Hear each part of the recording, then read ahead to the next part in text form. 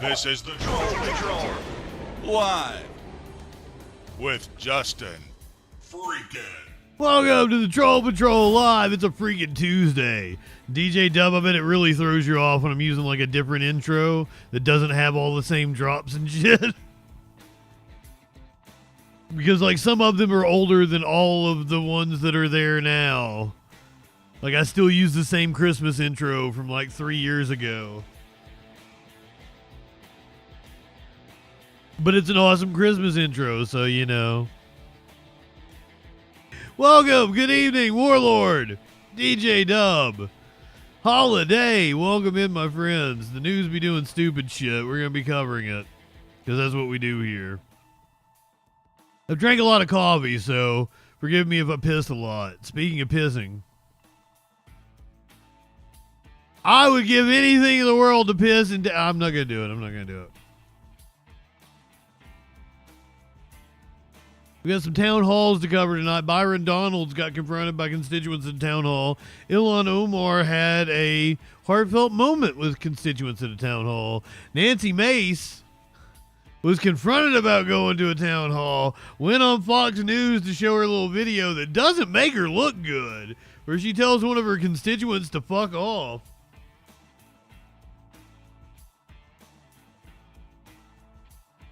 Sarah Palin was in court earlier today. She had a hilarious quote, but I don't have it here in front of me. I'm sorry. We'll get to it, though. We'll get to it. Larry David wrote an op-ed mocking Bill Maher. We're going to talk about how AOC apparently polling the best of any Democrat. Maybe some of the people in chat that keep begging for her to run for president, maybe you're on to something. We got an update on the suspect in the Houston shootout at a courthouse. Man was arrested outside of the Karen Reed trial in Boston. A judge has been convicted of shooting his wife. This is the second trial that he's had.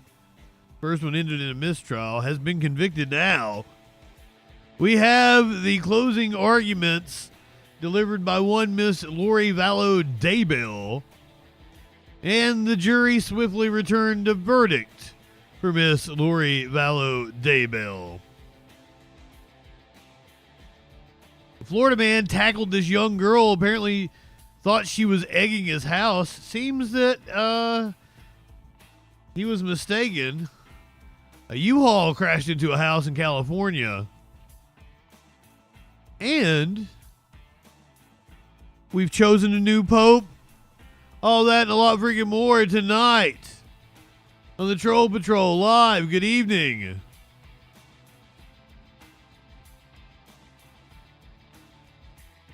Up yours, woke moralists.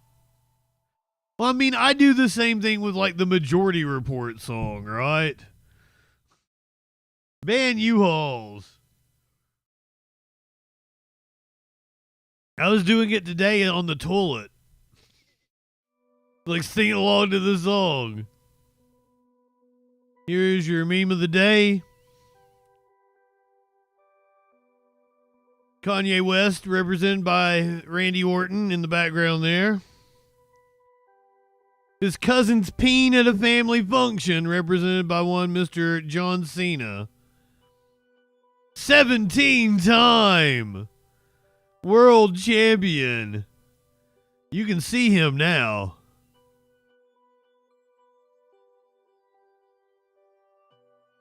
It says fears unions in the background. I don't know if that's Hulk Hogan fears unions, maybe Vince fears unions.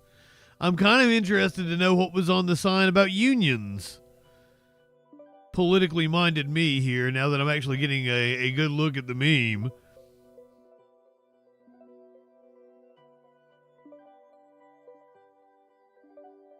Not high enough for this ship.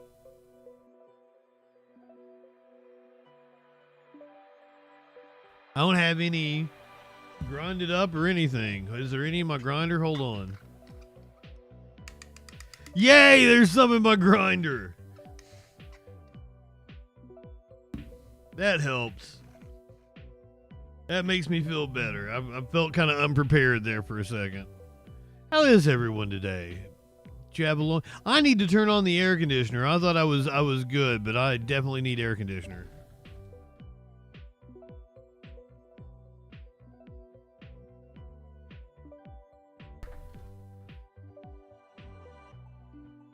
Probably because I've been pounding coffee over here.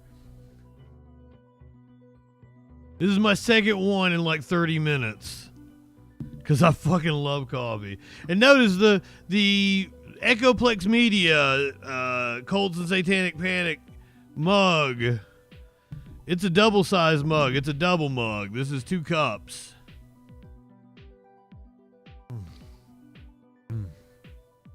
So I've already had 2 cups. I've already had 3 cups. I've got like another cup left here.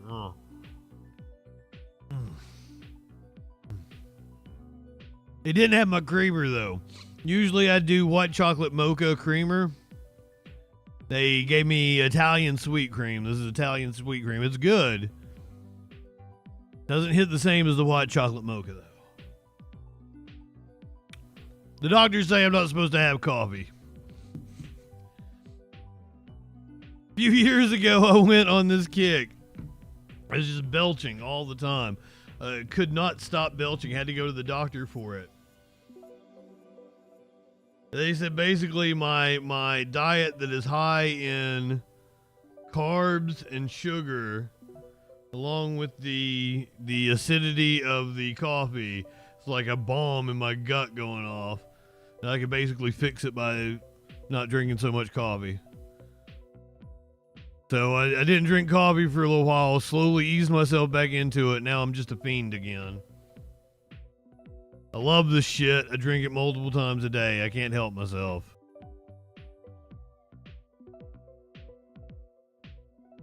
Fuck Donald Trump and his tariffs. I want to make my coffee more expensive. I mean, goddamn, that's good. Like, I don't understand people that don't like coffee. And I was told when I was little, oh, you won't like coffee. It's bitter. Which, I mean, granted, I've got sugar and creamer in this. So it's not to where you can't taste the coffee though. Like, I don't go overbearing on sugar and creamer. But man, this is the best fucking shit ever. Even the smell gives you a headache. Man, I don't understand the Monster, DJ Dub. I don't get the energy drinks. To each his own. I'm not drinking coffee because it makes me stay awake, because I can drink coffee and go straight to sleep. Like, it is not anything to do with trying to wake up. It's just, yeah, it's not the stimulant that I'm looking, because once again, I bounce off the walls. That's why I do fucking downers. Fucking coffee tastes good. This is just, Oh my God. I'm coming over here. I am coming as I'm drinking coffee. It's the little things in life. I love marijuana. I love coffee. I love tuna. Is that weird that, like, fucking canned fucking tuna, mayonnaise with some, like, onion powder on bread? That's like the greatest thing in the world. It's the little things in life. My buddy questioning existence and shit. And I'm like, life's what you make of it. It's what you take from it. You know, like tuna sandwiches. I fucking love tuna sandwiches. I love brownies. I would suck the dick of the person who came up with brownies.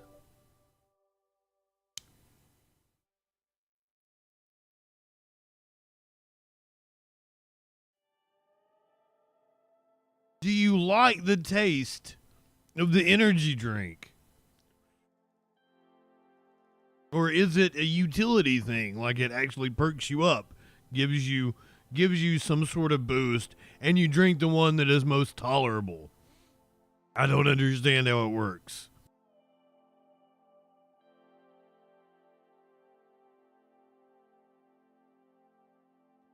War Machine, see, I agree, like, All the ones I've had taste awful.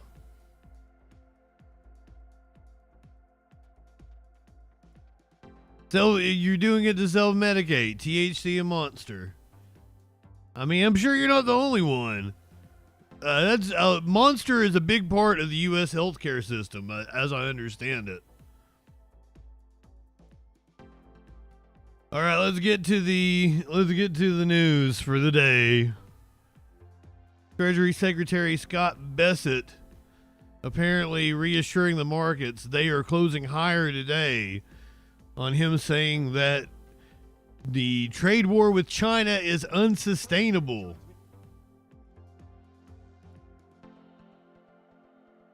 For some reason, this made the markets feel good. It made their feels go better. Kelly joins me now from New York. Kelly, we're going to have fun here for a second because in those remarks... We're going to have fun. Major Garrett wants to have fun on CBS. What do you think you're doing? You're doing the troll patrol? From the Treasury Secretary to investors behind closed doors, Scott Bessent also said we are involved in a trade embargo with China. Here's the fun part. This is how we opened this show April 11th on that topic. Tonight on America Decides, that means you and I, can stop talking about tariffs in China. It's an embargo. It's a trade embargo. Why? Well, because China today increased its tariff rate against the United States to 125%. Alien, good evening. The current U.S. rate on Chinese goods, 145%. At that rate, effectively, we're not talking about tariffs. We're talking about a trade embargo. Well, one of the goals of this show is to try to cut through things and get to the essence of it. We're not always going to be perfect, but we tried that day. And I think we got pretty close to it because now the Treasury Secretary, though behind closed doors, agrees. We get the essence from Major Garrett. Kelly, which you're going to help us get to the essence of. What signals was that trying to send not only to the markets, but to the broader global economy? Well, it sounds like Treasury Secretary Bessent is watching your show, Major. He took the words right out of your mouth. He didn't credit you. Look, I think that the sentiment that they're trying to convey is that deals are coming. And, of course, we saw the markets react very positively. They were already up to start the day, but we did regain everything in the Dow that we lost. Feels a little bit like the Brexit deal, if you ask me. I heard those comments or saw those comments from Bessent. I went and I spoke to a number of investors. And I said, well, what do you think? And by and large, I heard, okay, this is great. There's some optimism, but there was also skepticism because the negotiations, as Bessent himself admitted, have not started. And so you see sort of this momentary bump, but there's a lot more rocky waves ahead, if you will, because until you get that concrete deal that these two sides are meeting, as Nancy was saying, there's likely going to be a lot of skepticism from investors. Also today, the news we talked about as we opened the show, the IMF cutting this year's growth forecast here in America. Yeah, it's unsurprising. So Goldman Sachs did the same. So did the lower than what we saw them predict for U.S. Atlanta growth Fed. in January. But I will note they said no recession, though they did up the probability to 37%. What I felt was really interesting, though, is they had this line in there about how the central bank and the government needs to be separate. That independence is critical for credibility. And of course, as you well know, that question about independence and credibility has been roiling the markets the past few days. Kelly O'Grady, always a pleasure, and I promise you that's the last time I'm going to torment you with watching a soundbite of me. I promise. I don't think that's the last time, Major. I think you're kind of self-centered. Trump was asked about the trade war with China just a couple of hours ago, I believe. This is where he was taking questions in the Oval Office. On China, your press secretary has suggested that some progress is being made. Are negotiations actively underway? And do you agree with Secretary Bessent, who has suggested that the current standoff with China is not sustainable? We're doing fine with China. We're doing fine with I think almost every country. Everybody wants to have involvement with the United States. As you know, we were losing $5 billion a day during the Biden administration, during that last year, was a horror show what they were doing on trade. $5 billion a day. And now we have it down to a very low number because we're getting 25% from the automobile industry, from autos. We're getting 25% for steel, 25% for aluminum, and we're getting the baseline of 10%. And think of it, we're losing almost $2 trillion on trade. And those days are gone. We're not going to do that again. We're not going to let that happen. We're being ripped off by almost, I don't say every, but very close to every country, everywhere in the world, just being ripped off left and right. You had no leadership. You had people that didn't know what they were doing. And we're going to turn the country around. You know, we have a very nice phrase, make America great again. That's what we're going to do. And it's going to start with trade. We're doing really well. I see the stock market was up nicely, but this is a transition period, and it's going to be a little while. But we ain't collecting no fucking tariffs. Country. Ultimately, we have something they want, and you have to view it that way. We have something they want, and they want very badly. And, you know, it's going to be, they're coming in, they're taking treasure, they're taking jobs when they do that, and they have to pay. And they don't have to pay if they come in and create their own jobs. You know, pay the piper. They do their product here, if they build their product or make their product in the United States, we have absolutely no tariffs, and we welcome people. But we're taking in a lot of money from tariffs, and our country is getting stronger all the time because the other was not sustainable. Started with China. Are you going to play hardball with them? Are you going to mention COVID? Well, I'm not going to say. No, I'm not going to mention COVID. I'm not going to say, oh, I'm going to play hardball with China. I'm going to play hardball with you, President Xi. No. We're going to be very nice. He's probably on video saying that he'd play hardball with China and Xi. They're going to be very nice, and we'll see what happens. But ultimately, they have to make a deal because otherwise they're not going to be able to deal in the United States. And we want them involved, but they have to, and other countries have to make a deal. And if they don't make a deal, we'll set the deal because we're the ones that set the deal. Scott and Howard and myself and others, we're going to be setting the deal, and it'll be a fair deal for everybody, and it'll be, I think it's a process that's going to go pretty quickly. We've spoken to many, many countries, and we're getting their views on things. You know, there are a lot of things. They have VAT taxes. They have everything you can have. They have fat taxes, too. The European Union was set up to take advantage of the United States. That's why it was set. And they've done. No, it wasn't. But they're not doing that anymore. Yeah. So this was at his. This is at the swearing in for Paul Atkins as SEC commissioner. You remember he fired, I think it was 2 commissioners about a month or 2 ago. Yeah, we haven't taken any tariffs. We haven't had countries pay tariffs to us. That's absurd. That's absurd. It's insane.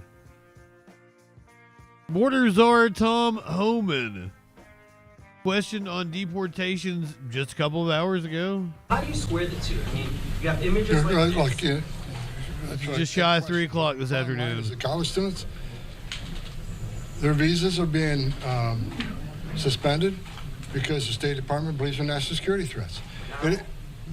Bunch of grad students. And it's not about what they say, it's about what they say and what they do. First Amendment rights, I can't stay in a movie theater tonight and claim fire. There's a limit.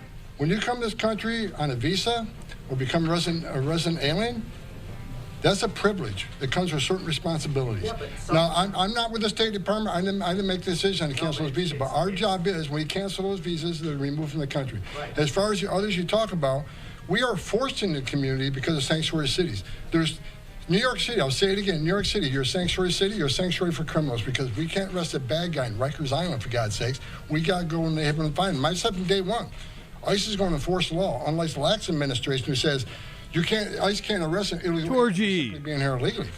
They're rewriting federal law. No. Please stay safe.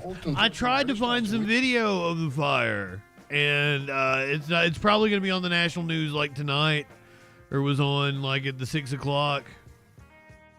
Clinically, welcome in.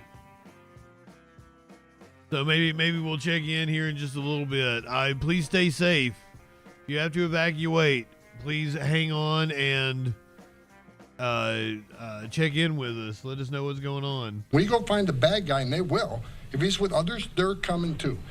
Prioritization doesn't mean maybe I prioritize my family life over my work life. I don't forget my work life. We're prioritizing public safety threats and national security. That's what we're doing. The data proves it. But the students who are just getting traffic summonses, you think they're national security threats?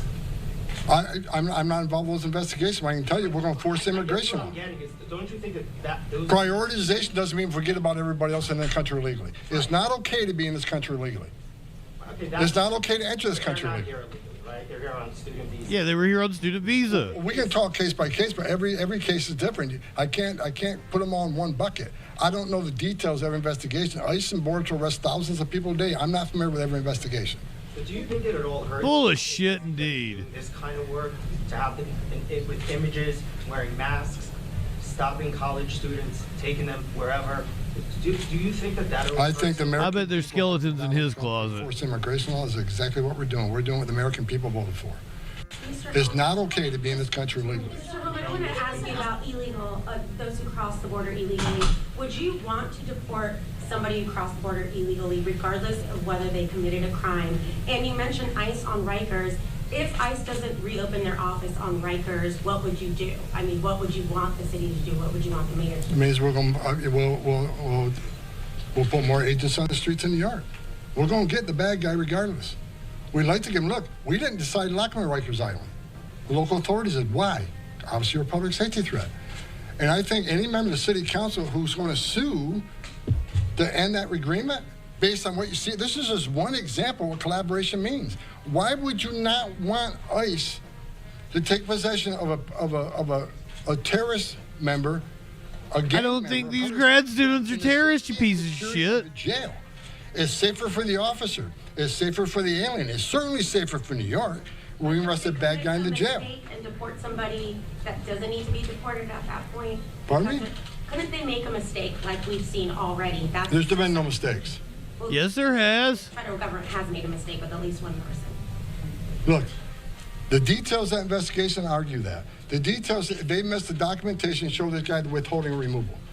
That was years ago. So what's withholding removal based on? Number one, doesn't qualify for terrorist. So off the table right there. He's not a terrorist. The gang he was fearing of, it no longer exists. So the situation surrounding that case has changed. So I stand by the fact that this guy, this El Salvadoran national criminal alien gang member terrorist, is home. And then following up on Wow. crosses the border illegally and is here, would you still want to deport them even though they haven't committed a crime? Absolutely, they committed a crime. Enter the country illegally is a crime. Civil offense. What do you expect? Well, And Well, it's not really. They have asylum. They have paroled into the see, this is what you never cover. Look at the immigration. Look at the immigration court data. Clearly shows 9 out of 10 people who make asylum claim end up with the order removal because they simply don't qualify for asylum. And people say, well, it's just innocent illegal immigration. But when you flood the border like the last administration does, where 70% on average of agents are off the line, what happened? 600% increase in sex trafficking in women and children. 250,000 Americans dead from fentanyl. A record number of people on terrorist watch crossing the border. Bad things happen when you lose control of the border. So what you call innocent illegal immigration, not criminals, it causes all these other bad things to happen because the criminal cartels have operational control of the border, not the men and women of the Border Patrol. President Trump, like him or hate him, he did in 6 weeks what the Biden administration couldn't or wouldn't do in 4 years. Right now, today, as I'm talking to you, Put it in the Discord, DJ Dub. We did that in 6 weeks. So President Trump has proven the last administration lied about a secure border. We showed them what a secure border looks like now.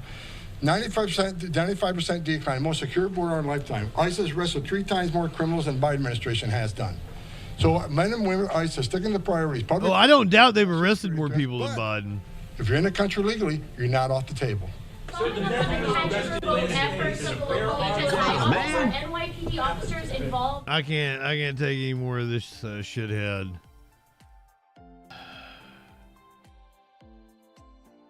So Bill Maher went to dinner with Donald Trump, Kid Rock.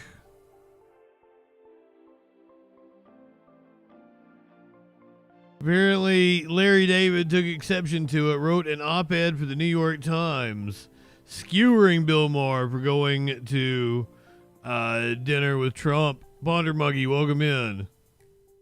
Tonight, comedian on comedian violence over a dinner with Donald Trump.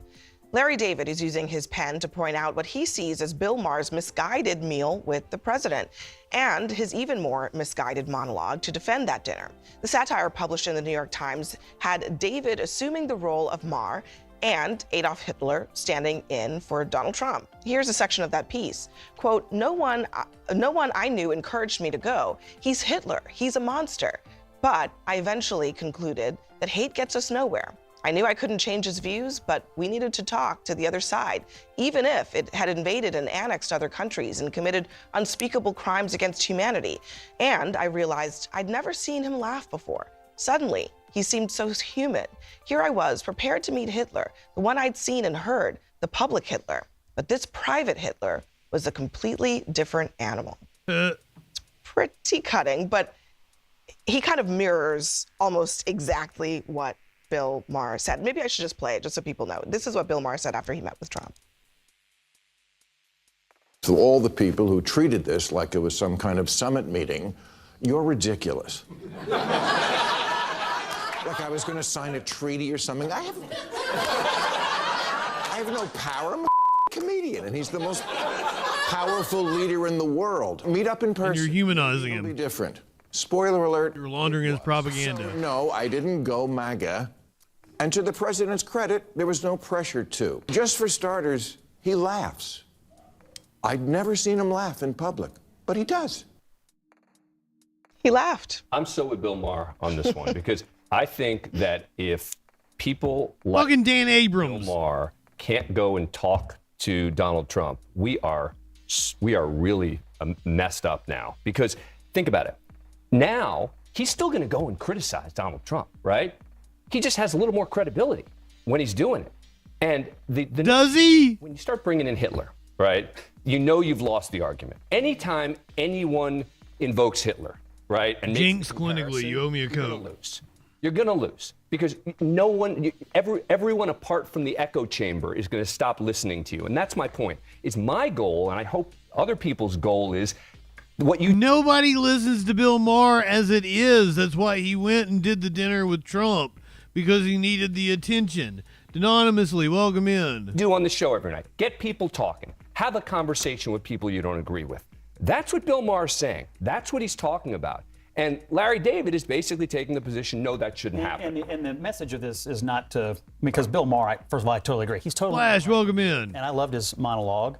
Even though I disagree with most everything he believes politically, he was right to do this and he was right to speak out about it. But this isn't about that dinner. It's about the next one, because this is the modern left. It's an attempt always to intimidate people into not ever doing it again. It's to silence yourselves or we'll do it for you. That's the purpose of this op-ed. So that the next comedian, it's called the heckler's veto, person on the American left chooses not to speak to Donald Trump. This is all an effort to get people. Bill Maher is not on the American left. Each other and our political leaders. I mean, I think it's a little weird for people who actually, for the administration that just went after Harvard for what it said and is going after law firms and going after the media, to all of a sudden make the case that what we really want is a lot of free speech in America. Now, I understand it's a little weird to talk about Hitler. I agree with that. I think it's a little weird to talk about Hitler, but I think the broad point is a lot of things have happened since Bill Maher had that dinner. That is near a tangent. A lot of things have happened in the country. And Bill Maher's criticized them, but Bill Maher's criticized Who say what you will about her. She can be my neoliberal mommy. I think the point he was trying to make, maybe inartfully, is like the things that politicians do matter a lot more than what they say to you behind private doors. And people can be very charismatic. I'm sure Donald Trump is a very charismatic person to particular people, but to the people, to the, to just say the person who is an immigrant, who lost their job, who are getting fired, who he delights in online. I think that it does feel a little bit like. So if they don't make the policy choices, you're not allowed to speak to them. I think that one of the things. I think one of the things that Larry David was spoofing was the leading with the. I totally don't believe that Bill Maher is a centrist. I can believe that he believes he's a centrist. But he's like a libertarian. He's pretty much a right-winger that, likes pot. Gay marriage is cool with him. Well, he's funny. Right. And I think that that rubs some people the wrong way because Who's Bill Maher funny? is a smart guy. and Moore? He can sit down in front of another person who he disagrees with and focus on issues rather than demeanor or the fact that Trump laughed, which Trump has laughed in public before, Right. I can assure you and of he's that. also, really quickly, he's criticized a guest of his in Trump's first administration for going and talking to Trump, and this guest, I can't remember his name, he was talking about how charismatic Trump is and how nice he is. And Bill Maher said, it does not matter how nice he is to you at Thanksgiving. It matters to Neera's point, what he does. And I think in this climate right now, when people are feeling a lot of pain, not in good ways, and they're frustrated and they see what's happening, to kind of humanize him, because yes, we know he's charismatic. We know he's probably one of the greatest showmen on earth. We know that. But we don't need Bill Maher Kelly, good evening. to prove that When point. people were feeling pain, do you believe? Oh, I see what you did there, alien. To Joe Biden, people were He feeling. can hang with Mussolini too if he wants to. Oh, it's different. Well, those people It's different. agreed with Joe Biden. Right. I think it would the No, comparison would she be. She said when people feel pain. Well, no. we I'm should saying talk to the the president. comparison would That's not what I said. You would put be words in like my the comparison mouth. would be That's not like what I a said. Joe Rogan sitting down with Exactly. Vice President Kamala Harris, which we know did not happen. That was painful to watch. I hate their panel. Is that supposed to be like they're the five? Oh, also, I guess.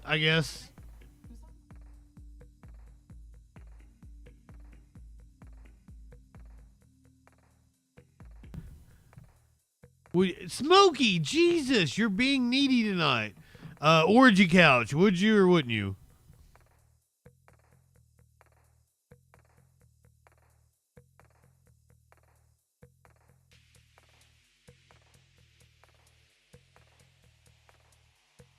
I'm in just to get next to Neera. I'll do what I need to do. My God.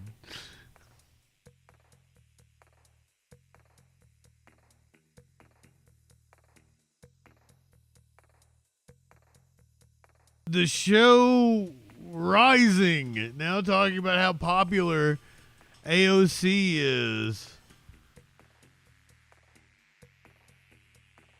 This is Robbie Suave talking about AOC.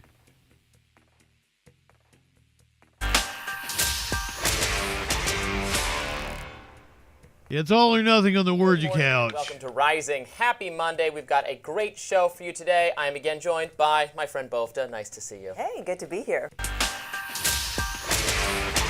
Whoa, what is this shit? I haven't seen this shit in a while. Good morning and welcome. Whoa, to deja vu. We've got a great show for you today. I am again joined by my friend Bofta. Nice to see you. Bofta. Good to be here. How was your weekend? It was awesome. I mean, the weather was awesome. Of course, we had the What's a Easter egg Bofta? hunt, so we just had a lot of fun. It was a good Easter. Hitting both these fists up your ass. And What, if you were in the DC area this morning, you were lucky because there wasn't much traffic. A lot of folks off, so that's true. good. That was nice. Yeah. So we've been following so much of the news that has been happening over the weekend. What's on your radar?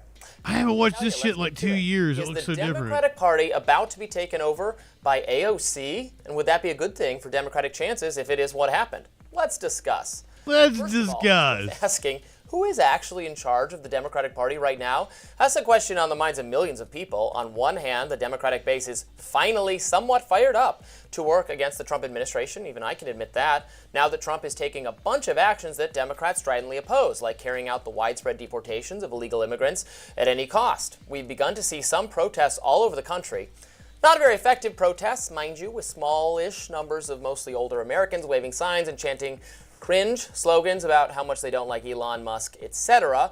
But hey, at least they're doing something. What is the leadership of the Democratic Party doing? Very little. Is it just me or has he gotten worse at this job? I've been on his ass multiple times over the years.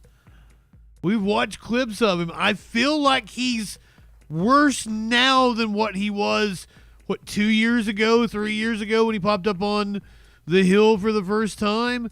He sounds so phony. In fact, DNC Vice Chair David Hogg, who's apparently being hailed by the party as some expert on the youth vote, even though he has no qualifications whatsoever besides being kind of a youngster himself, has actually vowed to spend $20 million to primary members He's been coached to do that. Hogg said, "We have a culture of seniority politics that has created a litmus test of who deserves to be here. We need people, regardless of their age, that are here to fight." Now, this might shock you, but I actually kind of agree with Hogg on this. Democratic leadership is excessively, self-defeatingly obsessed with seniority. Ain't that the truth? Even if you're in your late 70s by the time your turn. Yeah, I applaud. Hogg may be too liberal for a lot of your tastes, but in his mission to get the current leadership of the Democratic Party out and install a much younger set of leaders, I am absolutely behind him and will applaud his efforts. So let's fucking make it happen. Have jettisoned all those old guardrails. Doesn't matter if you're old or young. Doesn't matter if you've been in government. I think he's that good. Just got interested in politics. Carla, welcome in. Doesn't even matter if you're a Republican. If Trump likes you and the MAGA base likes you, congratulations, you're in. The Democrats are like the opposite of that. It doesn't matter welcome if the base in. likes you. It doesn't matter if you're broadly popular. The party hates bold, out-of-the-box thinking. It loves conformity and waiting your turn and being as procedural as possible. That's in terms of its political strategy, not its politics. I absolutely think the Democratic Party does want to implement all sorts of, in my view, absolutely radical policies. It just doesn't Like fucking what? that are as obvious as the Republican Party. When Trump wants, for instance, Harvard to fall in line, well, he threatens the institution directly on social media. When the Obama administration wanted Harvard to fall in line, they had their administrative agencies quietly craft guidance using a 50-year-old statute and send it to all the colleges. It was similarly effective, but a lot more subtle. Trump has no subtlety, for better or worse. It was the proper procedure. Self-apparent. The radical nature of the Democratic agenda, on the other hand, is very much kept under wraps. But I digress. There are radicals in the Democratic Party, in my view. Two of them, in fact, Bernie Sanders and AOC, who are currently taking part in this oligarchy tour across the country. They even went to the music festival Coachella, a favorite destination of affluent young people, speaking in opposition to Trump and to Elon, the aforementioned. I think that's just how Robbie's voice sounds. He and AOC do draw crowds. Also, if you joined us for Coachella last night, I actually really enjoyed every act that we watched. We're going to watch part 2 of Best of Coachella next week for Live Music Monday. I don't think I disliked a single song that played, and I found that odd. We watched electronic music. We watched punk music. Green Day, Lisa, Jenny. Jenny was wild. I like Jenny now. Coachella was cool. Is clearly nearing retirement age and will likely not run for president again. AOC, however, well, she might very well run in 2028. In fact, I think Bernie's running. Nate Silver thinks AOC may be the single most likely Democratic presidential nominee for 2028. Good idea? Bad idea? Let's listen to what Bill Maher had to say about it this weekend. Bill Maher again? Crowds that come out to you when you're talking in a festival or wherever they are, I think is because I think Bernie showed up at Coachella. That must have been fun for the fans. It's who shows. Oh yeah, get you a good laugh there, Bill, but they were absolutely behind Bernie. Come the fuck on. He was probably more popular than any of the bands that came out that night. Up on election day. And I just don't see that's the ticket. I mean, Cory Booker, I know you've worked with him. I like Cory a lot from my home state of New Jersey. Made a speech for 25 hours. Again, just whacking each other off. This is just not what's going to get the job done. So not a favorable verdict.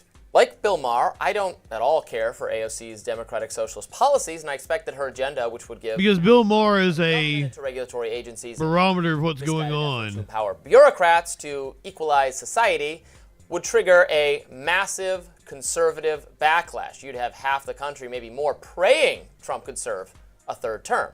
But I will say this: the right underestimates AOC to their peril. She is a formidable salesperson, and she's proving that all over the country right now. I'll be making this warning now until Election Day. Just because her ideas seem ludicrous and dangerous to us. What ideas? Matt Cons, MAGA, the GOP, the Trump administration, etc., the right broadly. That does not mean she will. I never see any right-wingers engaging with AOC's ideas, only shadowboxing their concept of AOC or just attacking her personally. Easy to beat. She has personality. She's got spunk. It's time to start reminding the voters that the choice isn't necessarily between the MAGA agenda and some kind of inoffensive, bland centrism represented by the Democratic Party. The choice is going to be between MAGA and socialism. I mean, I'm fine with it, DJ Dub. I'm totally cool with AOC. So this caused a bit of a stir. I think she's amazing. Nate Silver, who's a pretty respected analyzer of the data, says he thinks, not that she's like 50% plus, but that she's got 20% chance and everybody else has less chance of being the nominee. I think that's going to wake up some people on the right end, maybe in the Democratic circles. Well, here's why I agree with you. I think you can't underestimate AOC. Remember the first time that she ran for office, if everyone remembers, she beat out a Democratic incumbent. And she did it by really getting in touch with the people and the pulse. And she ran for, as she calls it, like a working class champion, right? So we know that AOC has a lot of power. She's real. Pulse on something that the Democratic Party as a whole does not. So, a lot of people are resonating with her message. Look at the crowds. And Bill Markin saying, exactly. He can the message is resonating so much that there are Republicans showing up to these Bernie Sanders rallies, to these AOC rallies. Republicans are taking to the message. This was April 15th. Senator Bernie Sanders and Congresswoman Alexandria Ocasio-Cortez asked Republicans and former Republicans why they showed up. I'm sure there's a lot of things you disagree with Senator Sanders and Alexandria Ocasio-Cortez on. Is there anything you agree with them on? I think that they believe in this country. I like politically, I believe we have a different method in why we believe and how we want to get it. But I don't doubt that they don't care about the country. I came down here to understand, essentially. I want very much to see the Democratic Party come back strong. As far as Sanders is concerned, ideologically, I don't align with him. However, he's proven to be an able politician.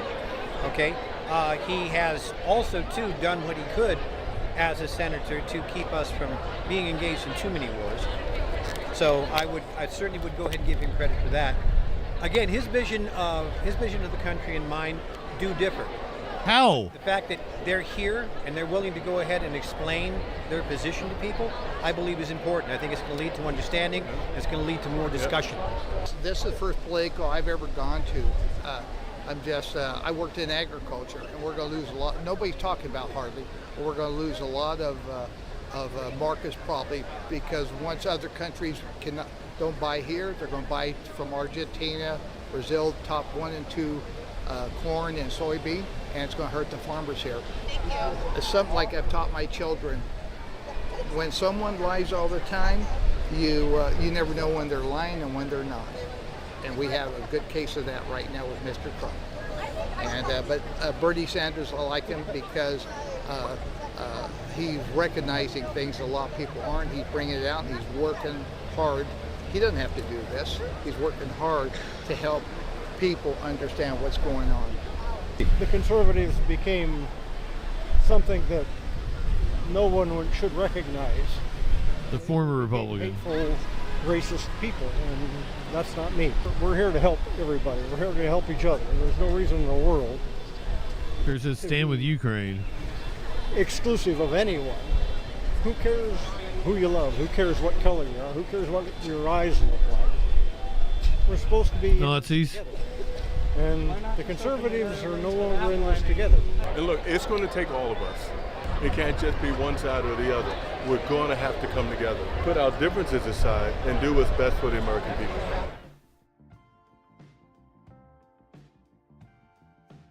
I still say this is all the moves of a man who is running for president in 2028. Mayor Goldie Wilson for president 2028. Biff Tannen, welcome in, my friend. You know, I saw the actor who played Biff singing a song about like all the questions he gets asked at cons and shit.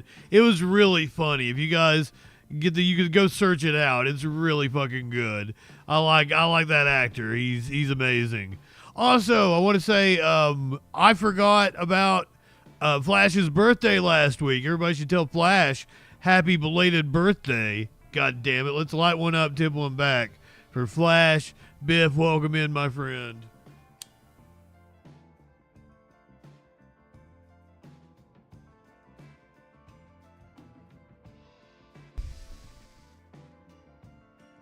We need to do birthday shout outs on the Friday night show when I'm doing music. I promise you, I'll do requests on Friday night.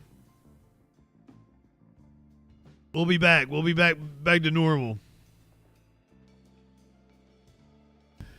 So that was the vibe for Republicans outside of a Bernie Sanders rally. This is a constituent of Nancy Mace. Apparently, I didn't know it was an Ulta. Ulta, is that the name of the store?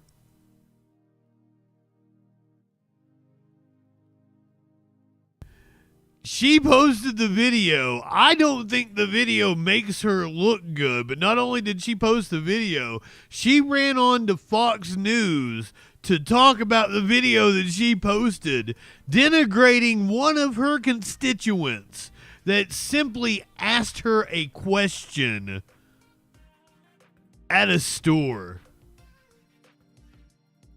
All right, so it was probably the biggest viral video of the weekend. South Carolina Congresswoman Nancy Mace posted this now infamous video online after a man who is allegedly one of her constituents confronted her while she was shopping. Take a look.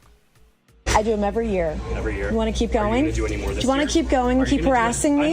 You could have gone to a dozen town halls last year. I asked if you're doing any more this year. It was one simple question. Yeah. Are you doing a town I've already done one. I'll do plenty more. Are you doing any more this year? It was a simple question. You're always invited. He's saying it with a smile. He is not being he's not being threatening in any way. He just, damn, the dude's back. I'd swipe right on him, or I'd tap him on Grindr. Okay, sweet. Well, And by the way, I voted for gay marriage twice. What does that have to do with me? So I'm just saying, it has to everything to do with you. Do you think everything about me has to do with gay marriage? I do, That's absolutely. your first stance when you Yep. speak with me? You know, it's a good possibility that he's gay based on the mannerisms and the shorts and the tucked in. Like, it's a good possibility that he's gay. But there's like a 5, 6, 7% chance that he's not. That a straight man could wear that and that he has a really hot wife. So, like, for her just to assume that he was gay is bigoted. Honestly. He's probably gay, but not necessarily. Apparently he was, because, you know, he didn't dispute the fact that he was gay. What does that have to do So with me? I'm just saying, it has to everything to do with you. He's zesty. Everything about me has to do with gay marriage. I do, That's absolutely. your first stance when you Yep. speak with me? Because you people on the left are crazy. So I'm You're on the left. absolutely crazy. I'm absolutely You are, crazy. and get out of my face. Goodbye. Tadpole. Well, here's the thing is, like, she said he's on the left. He's not necessarily on the left. There are log cabin Republicans. He could be flaming fucking gay and a Republican. For Nancy Mace to make all these assumptions is just wrong. But then she starts cussing out her own constituent.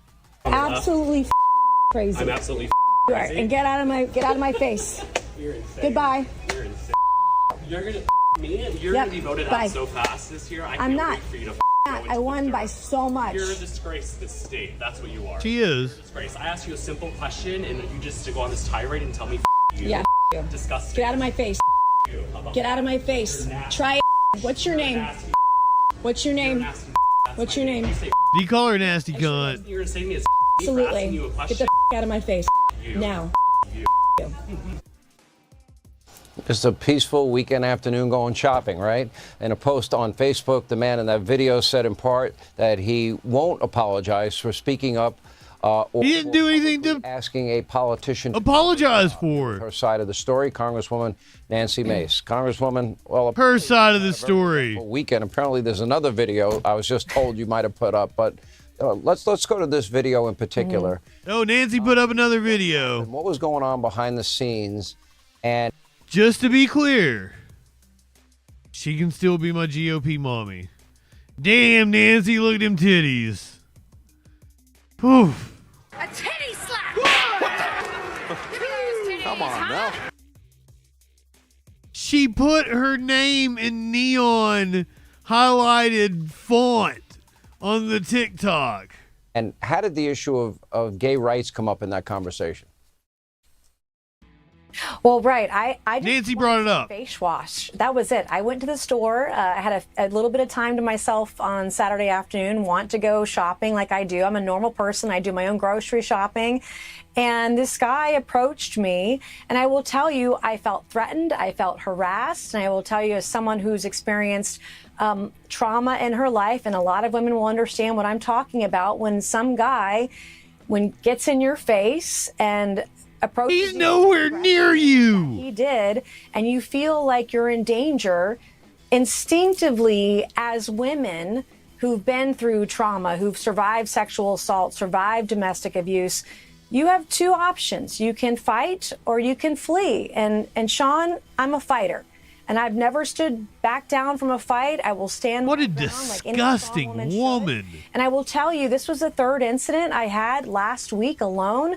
The incidences of threats, the threat of no one threatened you. Harassing me in public has increased exponentially over the last 6 months since I came out, standing up against the trans community, standing up against men in women's dresses. And I just had an event at the University of South Carolina about an hour ago. I wrapped it up, and a man in a dress picked up a potted plant and acted like he was going to throw it against me. I just posted that video on Twitter. You can follow it at Nancy Mace. Or Nancy Oh, Mace. God. You can find it online. But my security team thought he was going to throw the plant at me because I used the word babe. He was offended by it, and then I used the word trans, and he was more offended by it. But the lunatics on the left, they're dangerous, and women need to stand up for themselves. And I was the first member of Congress to say, I'm going to hold the line for women and girls everywhere. And since that time, the amount of aggression that I don't know if Fox is going to show it or not, but here, I found it. It's pinned to her Twitter. Wasn't hard to find. Does your husband call you babe? I'm not married. Okay, so even better. I don't care. Okay, so I would like for you to apologize, but it is derogatory and second of all. Is tranny derogatory to you? Well, yeah. Yeah. Tranny. Yeah, tranny. If that's derogatory, you are good. So does your husband call you babe? I'm not married. Okay. She did not say trans. Michael, good evening. Okay, so I would like for you to apologize, but it is derogatory and Did they change your voice? I was wondering if there was something going on there. second of all. Is tranny derogatory to you? Well, yeah. Yeah. Of course it fucking is. Yeah, they changed your voice. Didn't look like she was going to throw it at all. She looked like she just grabbed it to take it with her. If that's derogatory, you are good.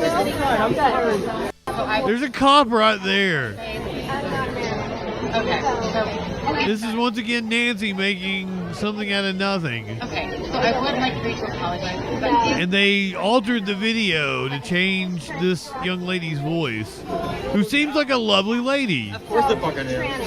Because you can hear the change in the music. if that's derogatory, you are good. Because that's like Natasha Bedingfield behind her. That sounds nothing like Natasha Bedingfield when it changes it. It's odd that they would do that, but I mean, that's how sleazy these people are. I've had from mentally ill men, from men in dresses, from men approaching me in public like this guy, this Daisy Dukes guy, the short shorts guy. Daisy Dukes guy. Face wash.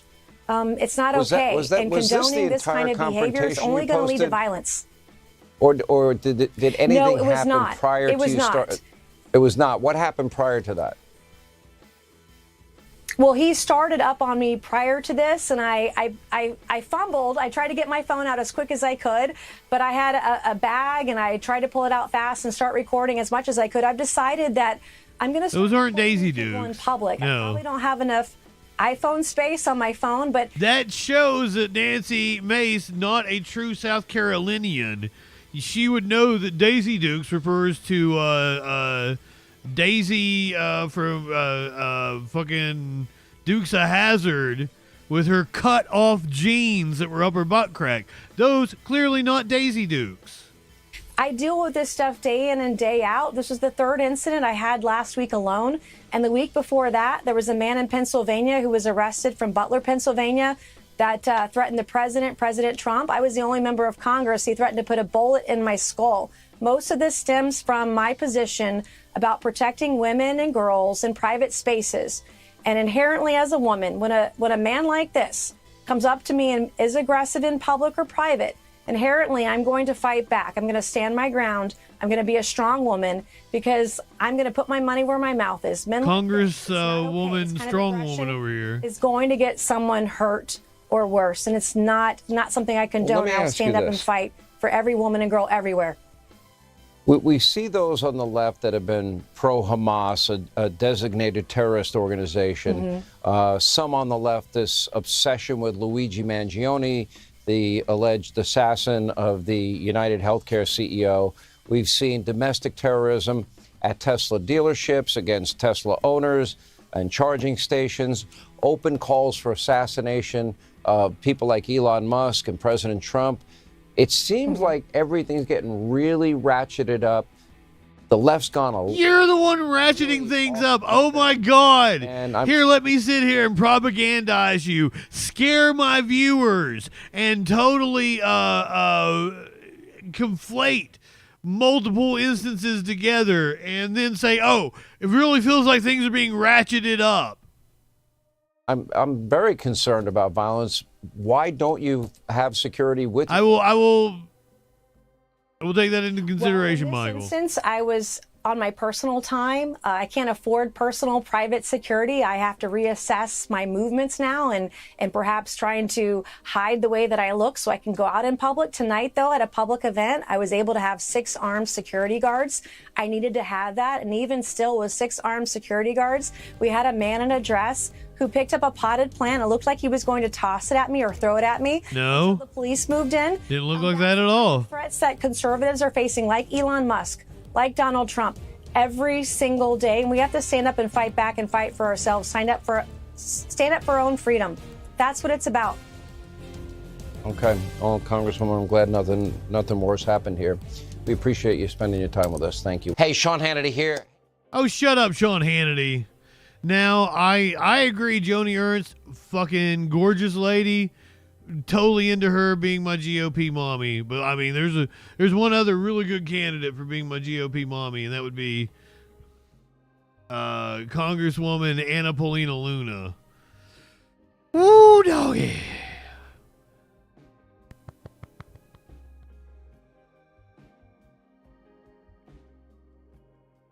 Tones.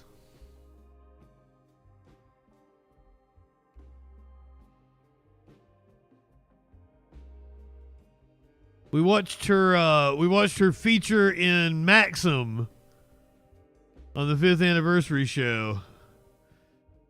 Whew.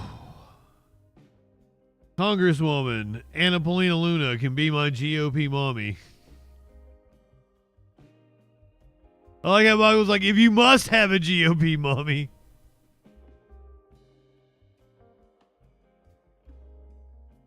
This is a shot from her Maxim shoot.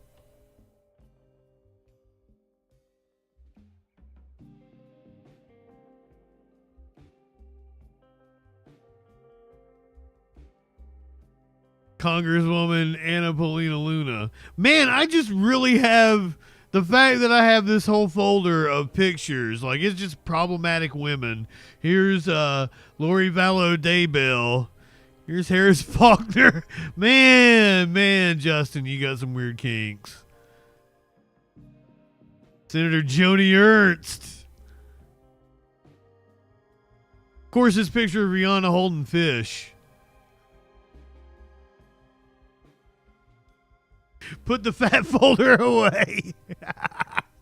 Oh, God, this is one of my favorite pictures ever. Rihanna is so proud of her fish. And Julio Fulio back there. What, Rihanna and her fish? I just, there's nothing to get. I'm just into it. I love this picture. I think it's amazing. I do crush on the worst women. Ooh. T-minus, welcome in. Nancy Mace jumped onto one of her constituents for not doing a town hall. Byron Donalds doing a town hall, and things did not go well for me. Here, let me get this isn't the full thing. I've got the full thing here. Let's do the full thing. I don't want to hear Major Garrett talk about it. I don't want to see 20-second clip and then come back to a panel. Let's watch the full. I think I got an 11-minute clip of the chaos that ensued at a Byron Donalds. That is the Republican congressman from Florida. He's a black dude. Real ass-kicking MAGA guy. Ass-kissing MAGA guy. Sorry, I need to clean out my folder. It's a lot of videos. Ass kissing MAGA guy. Byron Donalds. At a town hall, I believe this was yesterday. This was last night.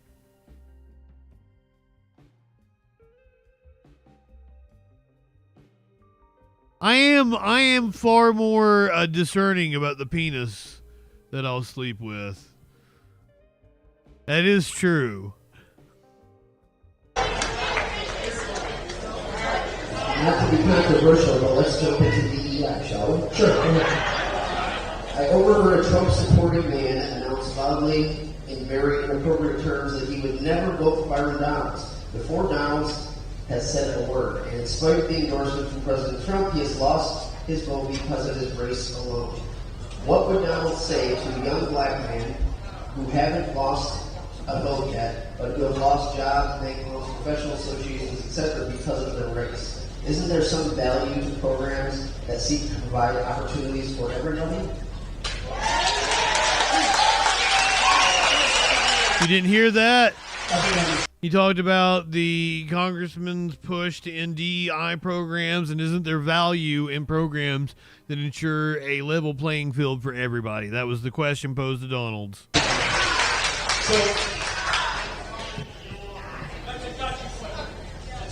That's a gotcha question.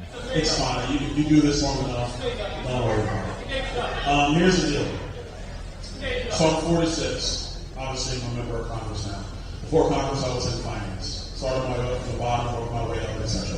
Yeah, double strike against you. No, we're not going to do that. We're not going to do that. We're not going to do that. So 46 years old, worked my way up in finance. Before politics, before anybody knew who I was, before Twitter, before Facebook, and that stuff. When I was coming up in corporate America at the time, we had diversity programs. Everybody agreed with diversity. I agree with diversity. That makes total sense. The issue with DEI is not diversity; it's equity. He's got a really nice beard. I like the fade to the haircut. I mean, he's styling. You cannot have a system based on equity. You cannot. You can have a cohesive, harmonious culture around diversity. I think we all celebrate diversity. I think we all do. The DEI piece of this thing really just started showing up from my recollection about 5-6 years ago, maybe 7 years, maybe 8.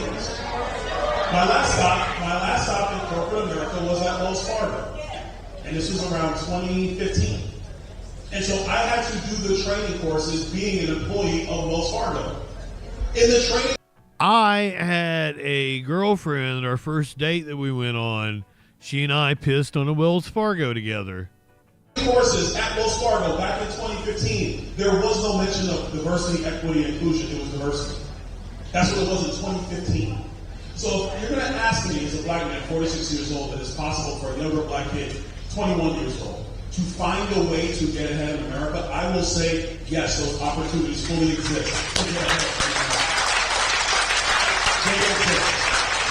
If we're going to have a real conversation, let's have a real conversation about networks and relationships. Because let's be honest. He said that equity was bad, but didn't explain what equity was or why it was bad. And then shifted focus. I like being intellectually honest. Coming up from New York City, coming to the state of Florida, graduating from Florida State, attending FAMU University. When I moved to Naples, Florida, I did not have relationships and connections. My first job came out of the want ads. I went in networking 6 different people to find a job. And the mission at the time when I got that job, back in 2003 when I moved to the Southwest Florida, when I would just say in Southwest Florida, you know, it was, man, don't even go there. It was 2003, it's fine, all right? But at that time, my mission was, let me get my foot in the door, let me work hard and prove myself. And prove that I had the intellect, the capacity, and the drive to get promoted and move my way up the ladder. That's what I did. And it's not just me. There's a lot of black people that did that. A lot of Spanish people that did that in the United States of America at the same time. Because he was in finance. This false premise that if you don't have these 3 initials existing in every corporate boardroom and every college classroom, and somehow minority kids cannot get ahead, it is a lie. It is a lie. And I, for one, advertising my profession, but I, for one, find it to be disrespectful to other young black kids trying to find a way to get up in this world to say they can't get ahead if it's not for DEI. That is a lie. You are not doing it. Who's saying that? I know the history of America, and it's not a perfect history, and that is a fact. But you can't tell me that America today is the same America from 60 years ago or 120 years ago. It's not. It is not. It is not. You can disagree with me if you want to. You can disagree with me, and I will respect your disagreement. But I will tell you this. There are going to be black kids that graduate from FSU this year, UF this year, Harvard this year, Princeton this year. They're going to have an opportunity to go into the working world and exceed and excel. And if your whole belief is it is not possible without a 3-letter word in every training manual, then I'm sorry, we don't agree. It's an acronym, not a word. I'm sorry, we do not agree. Now, I'm still going. I got it. Hey, you didn't answer his question. Now,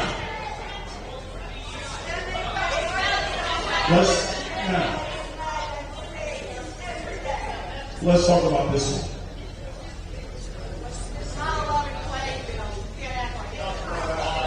For the people who believe that it's not a level playing field in life, guess what? There's no level playing field in life. It's called life. It doesn't exist. Let's be real about it. Oh, here's what I was going. I'm glad somebody talked about level playing field. So let's talk about relationships. My children, let's be honest now. My children have more of an advantage today because they are my sons. Yeah, because you're a congressman. When I was their age. Because my mother didn't have the relationships that I had. Because you're a congressman. In the NBA right now, this is going to go viral. The news meters will love this one. Turn the cameras on. You're going to like this one. In the NBA right now, LeBron James Jr., Bron is in the NBA right now on the playoff roster for the Los Angeles Lakers. And he can play basketball. But his dad is also the 7th greatest player to ever live. Sorry, MJ's still the best. Let's be honest. Let's be honest about this. Let's be honest about this. In the world of athletics, if you look at high school recruiting right now, the top talent being recruited in high school basketball are the sons of former players. Why? They have more access, they have more resources, they have more training opportunities, they have more bodies. We want to expand that shit. Relationship is a fact of life. To underprivileged children, not keep it behind the gate, motherfucker. About equity, I will tell you, equity is an impossible standard to. Because you want to hoard money for yourself. At different points in life because of the relationships of their parents. That is the truth. That is the truth. Every player in professional sports right now, every actor right now, who's a great actor right now? Ice Cube's son, O'Shea Jackson. O'Shea is a great actor. I love watching him act. I love watching O'Shea act. But let's be honest. O'Shea got a leg up because of his dad, Ice Cube. That's a good thing. What you want is for everybody to have upward mobility in the United States. And if you firmly believe that upward mobility is impossible, without equity? No, I don't believe it's impossible. I believe it's highly unlikely. It's not impossible, and presenting rare case examples is logically fallacious. And we don't agree.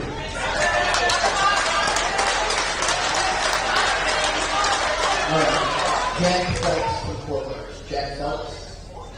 Jack Phelps. All right. Jack Phelps from Fort Worth. Being in finance, if you took over a company in the red, would you gut the account? Wait, hold on. And by the way, Bronny can't play, so I'm happy for Bronny James. Bronny can play. What? Be sure LeBron hears that on time. I think Bronny can play. Bronny can play, he says. Hold on, Jesse. Man, sports is an example of what I'm saying. What I'm saying is that you have fathers and mothers right now in America who are black, white, and Hispanic, Puerto Rican, Venezuelan, Peruvian, El Salvadoran, whatever. And the ones who have now achieved success in America today, you know what they're doing, man? They're doing the same thing I know you have done for your family, my mom did for me, is we are trying to set up our kids to be successful. We're not letting our kids go out in the world. That's a good point, Flash. It's probably because of the stratification. If you're dirt poor, you're likely to be around other dirt poor people. Rise to the next level. That is what families have always done. And the beauty If you're rich, you're also cloistered to yourself and your own of success in this area community. And they are now helping their kids achieve a higher level of success. That is a fact. And we should celebrate that. We should celebrate that. Bronny James is a reflection of how bad Biden was. Actually, let's go to this. You have 4 white kids, 4 black kids, 4 Spanish kids who are all starting at the bottom. They're all starting at the bottom for American physics. All I'm saying is everybody in life rises and falls on merit, opportunity, chances, and yes, luck. Those are the ways. That's the way it works. It's always worked that way. But if you want to tell me that the country Props to Daniel or Donald's for Daniel. was going through high school, Props to Donald's for at least staying there and taking it. it's not even close. It is not. It's not. Please. It's not close. Let's get back to Jack Phelps. Tonight's by Jack. Jack Phelps. Have you read the book of my life? All right. Whoa, stop. Don't educate me about my life, sir. Don't do that. Don't, sir. Hold up. Please, hear me on this. I like how everybody's shouting at me, the black guy on stage with a microphone in his hand saying, have you read this book, read this book? Don't marginalize my life. I've not seen him be this charismatic. Don't marginalize the life of other black people in this country have done well. Don't do that. Don't marginalize theirs.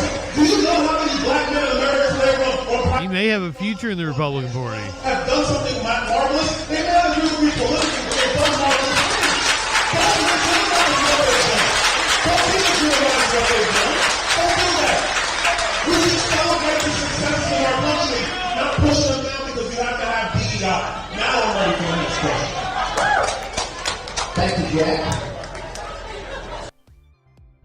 There you go. That was Donald's answering a question about DEI at a town hall. Much different vibe at this town hall in Minnesota for Congresswoman Ilhan Omar. Held an event in Minneapolis. 2 mics. Raise your hand. I will call on you, and then the mic will get to you. Does that work? Okay. We'll do one right here. Hello, nice to see you all. We need the Equal Rights Amendment in Minnesota. My name's Peter. I'm in the ERA. You're here for the ERA. With the ERA since October 2023. I lobbied when I went down to the Capitol last year to lobby a bill. I was very serious. I went down there in April. He's super serial. Out of time to pass the bill in the House and Senate. And in the last days of the session, it was passed the House, but not the Senate. It was tabled the very last day. I was very serious, but deep down I knew what was going to happen. We were going to lose the trifecta. And of course, we lost the trifecta. So now we have a tight house with probably no hope of passing the ERA bill. Curious, sir. Welcome in. It needs to be passed. Thank you. This is Ilhan Omar's town hall she held yesterday in Minneapolis. She was just asked a question about the ERA. Thank you, Peter, for the question. So all of us share a commitment to passing The Equal Rights Amendment. We were devastated that it became so close and didn't get it done at the end of the last session. The good news is that we are all on the same page with the House and Senate about, at least on the Democratic side, about our commitments and moving forward. We have the agreement on language. We have tremendous co-authorship. I'm honored to be the lead author on the phone bill. Representative Lee Finke is the lead author on the primary bill. And so you're probably right. It's an uphill battle this year, but we're going to keep fighting, and I'm confident we're going to get it done next year. We'll do the purple and the hat right here in this section. Hello, I'm a member. I'm a veteran, and also I'm a government employee and a member of the American Federation of Government. Thank you for your service, sir.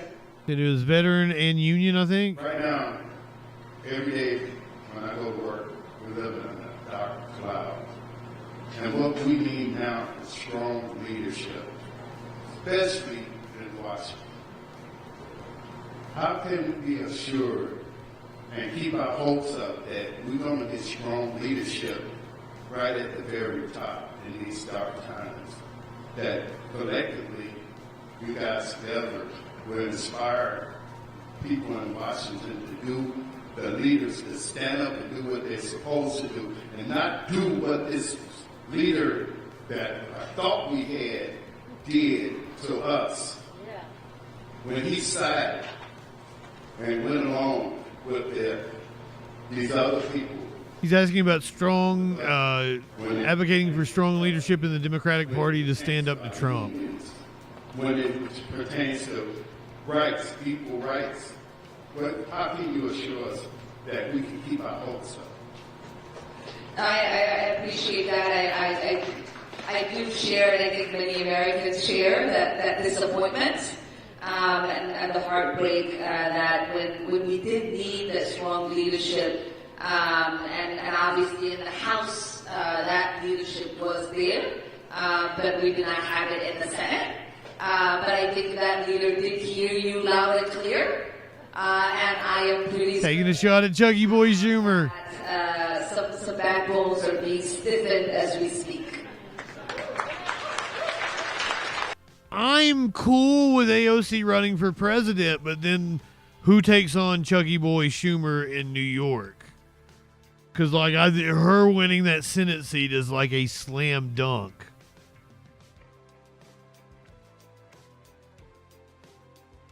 We are transitioning from politics into crime, and once again, it's one of those murky instances. Sarah Palin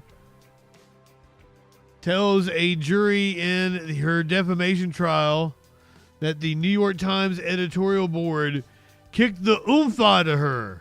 Kicked the oomph.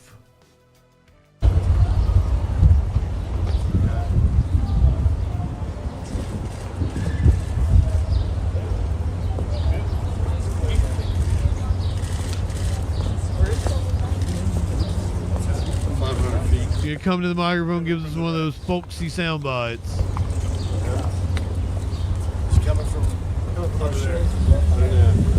Governor, how do you feel about your testimony today? Good. Thankful for the opportunity, yes. Are you expecting victory on this case? Believing that there's still justice. Believing still that the press will be held accountable.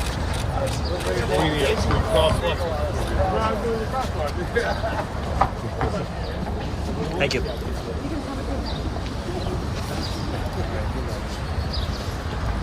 Said yeah, have upset. What do you think you're gonna say?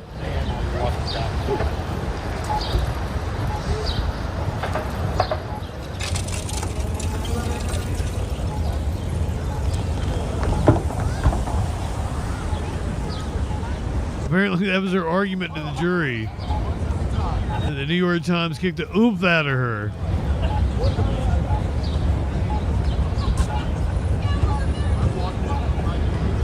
She's a public figure. There's no way she's going to win on defamation. Absolutely no fucking way.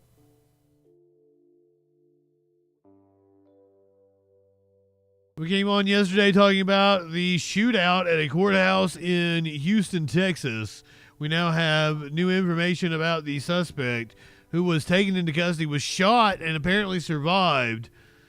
Has a lengthy criminal history. The suspect in the shooting that injured Deputy Constable Sheila Jones is now facing 2 felony charges. And we've learned this isn't the first time 34-year-old Parnell Bland has had run-ins with law enforcement. KPRC2's Jaewon Jung joining us now live from downtown Houston with more on Bland's criminal history. Jaewon. Andy and Lisa, I can tell you more than 24 hours since the shooting, it is much quieter here in downtown Houston. Now, I've been spending all day digging into Parnell Bland's background, and I can tell you he not only had 6 criminal convictions in Harris County, but he had at least 2 in Liberty County. Most recently in 2021, he was Liberty County guilty of possession of a controlled substance and was sentenced to 2 years in prison. Texas Department of Corrections records show that he was released from prison in December of 2023. Court records show since being released from prison, Bland was arrested at least twice in Liberty County and once in Harris County. Because he is a convicted felon, Texas law prohibits him from having any guns, but police say he had 2 handguns in yesterday's shootings. He should have never had a firearm anywhere near him. He's strictly prohibited. It's actually a federal charge too. Yeah, but the cops didn't know that when they opened fire on him. Those guns, I did reach out to Houston Police and also the Harris County District Attorney's Office. They say they cannot comment at this time because this is an ongoing investigation. Harris County prosecutors are asking a judge to keep Bland. I was skeptical, but when we saw the video, it did seem to back up the cops' account of the event. Have much more coming up tonight at 5 and 6. We're live in downtown Houston tonight. Jaewon Jung, KPRC2 News. We will see you then, Jaewon. Thank you. Thank you, Jaewon. Going up to Boston, the trial of one Miss Karen Reed getting ready to get underway. A man was arrested outside of the courthouse. It's happening earlier today. The phrase, "I hit him," to previously testified. Demonstrators for Karen Reed are watching the trial outside, a significant distance from the courthouse where the proceedings are taking place, all part of a buffer zone established by the judge. We got to follow the rules. That's, you know, no one's happy. Karen Reed is innocent. It infringes upon our rights, but this is how it is. The judge set the buffer zone to ensure a fair trial after jurors from Reed's first trial reported hearing the protests outside even during deliberations. The court order carves out a 200-foot area where demonstrating is not allowed. That includes signs or clothes with insignias. This morning, state police removed an Arlington man who allegedly lingered and filmed within the buffer zone despite numerous requests to leave. Bao Win is charged with trespassing. A short while later, troopers pulled over a commercial truck outside the courthouse after the driver was heard yelling, "Free Karen Reed." Her supporters. Clova, welcome in. Karen Reed is a woman accused of killing her cop boyfriend. They were having marital, or I don't know. I don't think they were married. They're having relationship troubles. That's more apropos. They might have been married. I don't remember the details. But she dropped him off at a cop friend's house. They were having a party with a bunch of cops. It's like 3 a.m. She's accused of backing into him and running him over with her SUV. The defense says that the cops had some dirty business going on, and the cops killed him that morning at the party after she dropped him off. And there's reason to believe that that might be true. It really seemed like even if she killed him, it does seem like the cops tampered with evidence and took shortcuts with the case. So the first trial ended in a mistrial. This is the start of the second trial. say they are respecting the buffer zone to deliver a message. You know, everybody has a presumption of innocence until they're proven guilty, and I think in this case that hasn't been the case. So I feel it's important to support Karen and support the justice system the way it should be. And even if she did kill him, I don't care. We got one more good cop on the books. Arrested outside Bao when he appeared in district court late this afternoon, and the judge ordered that he be held overnight until a competency evaluation can be done tomorrow. Live in Dedham, Sarah Conji, WCVB News Center 5. We're going to head out to California, where a judge, he had been involved in a mistrial in his first trial after being accused of shooting and killing his wife during an argument. This was the second trial. The prosecution decided to retry him. Found guilty. Count 1, second-degree murder. We, the jury, in the above entitled action, find the defendant, Jeffrey Malcolm Ferguson, guilty of the crime of murder in the second degree. He was a judge in Orange County, California. Reading the verdict right there. Former Orange County Judge Jeffrey Ferguson found guilty of murdering his wife. I'm Mark Cudderobles. I'm Giovanna Lara. That verdict was read aloud just moments before we came on the air. Ferguson was found guilty of second-degree murder in the shooting death of his wife at their Anaheim Hills home 2 years ago. This is his second trial. You may recall the first one ended in a mistrial when the jury was deadlocked and could not reach a verdict. That wasn't the case today. Found guilty. Now for our main event of the evening, this one's a little indulgent for me. If you don't really like courtroom proceedings, you might not like the next 15-20 minutes of this show. This is the trial of Lori Vallow Daybell. She killed her kids, killed her wife after she started fucking the leader of a doomsday cult. She was found guilty of killing her kids in Idaho. Now she was standing trial for the murder of her husband in Arizona, having nothing to lose. She represented herself in her murder trial. And this woman is crazy. She's very entertaining. So here we go. We have a verdict in the trial reached just a couple of hours ago. But before we do that, this was closing arguments. This was her defense. This is Lori Vallow Daybell giving her own closing arguments. Ladies and gentlemen of the jury, the state of Arizona has the 100% burden of proving that I committed a crime, a grievous crime, conspiracy to commit premeditated murder of my husband, Charles Vallow. She's got nothing to lose. She's already been convicted, sentenced to life in prison, no parole. Was not self-defense. In your jury instruction under the instruction, use of force and crime prevention, the last line reads, if the state fails to carry this burden, then you must find the defendant not guilty. Yeah, she's just having a blast. In the law, under your jury instruction titled Justification for Defense of a Third Party, the last line reads, if the state fails to carry this burden, you must find the defendant not guilty. Under your jury instruction titled Justification for Self-Defense, the last line reads, if the state fails to carry this burden, you must find the defendant not guilty. In your jury instruction under presumption of innocence, it states, the law does not require the defendant to prove innocence. Every defendant. Yes, Lori, we know this. Let's skip ahead a little bit. It is important for you to determine for yourselves my demeanor and not listen to anyone else. You can see it with your own eyes and hear it with your own ears. We heard from several witnesses that because this event was almost 6 years ago, that their memories of the events and statements were probably better back then. Well, my police interview happened that very morning, and I told the police the events from my perspective at that time. It is admitted into evidence and will answer many of your questions. You did not see Tylee's interview, but we did learn from Detective Inklin that she did an interview that morning as well. You did not see Alex's interview, but we learned that Alex was interviewed that morning by Detective Moffat, the original case agent, whom we did not hear from in this trial. Detective Moffat. The state chose not to show you those interviews or let you listen to the 911 call.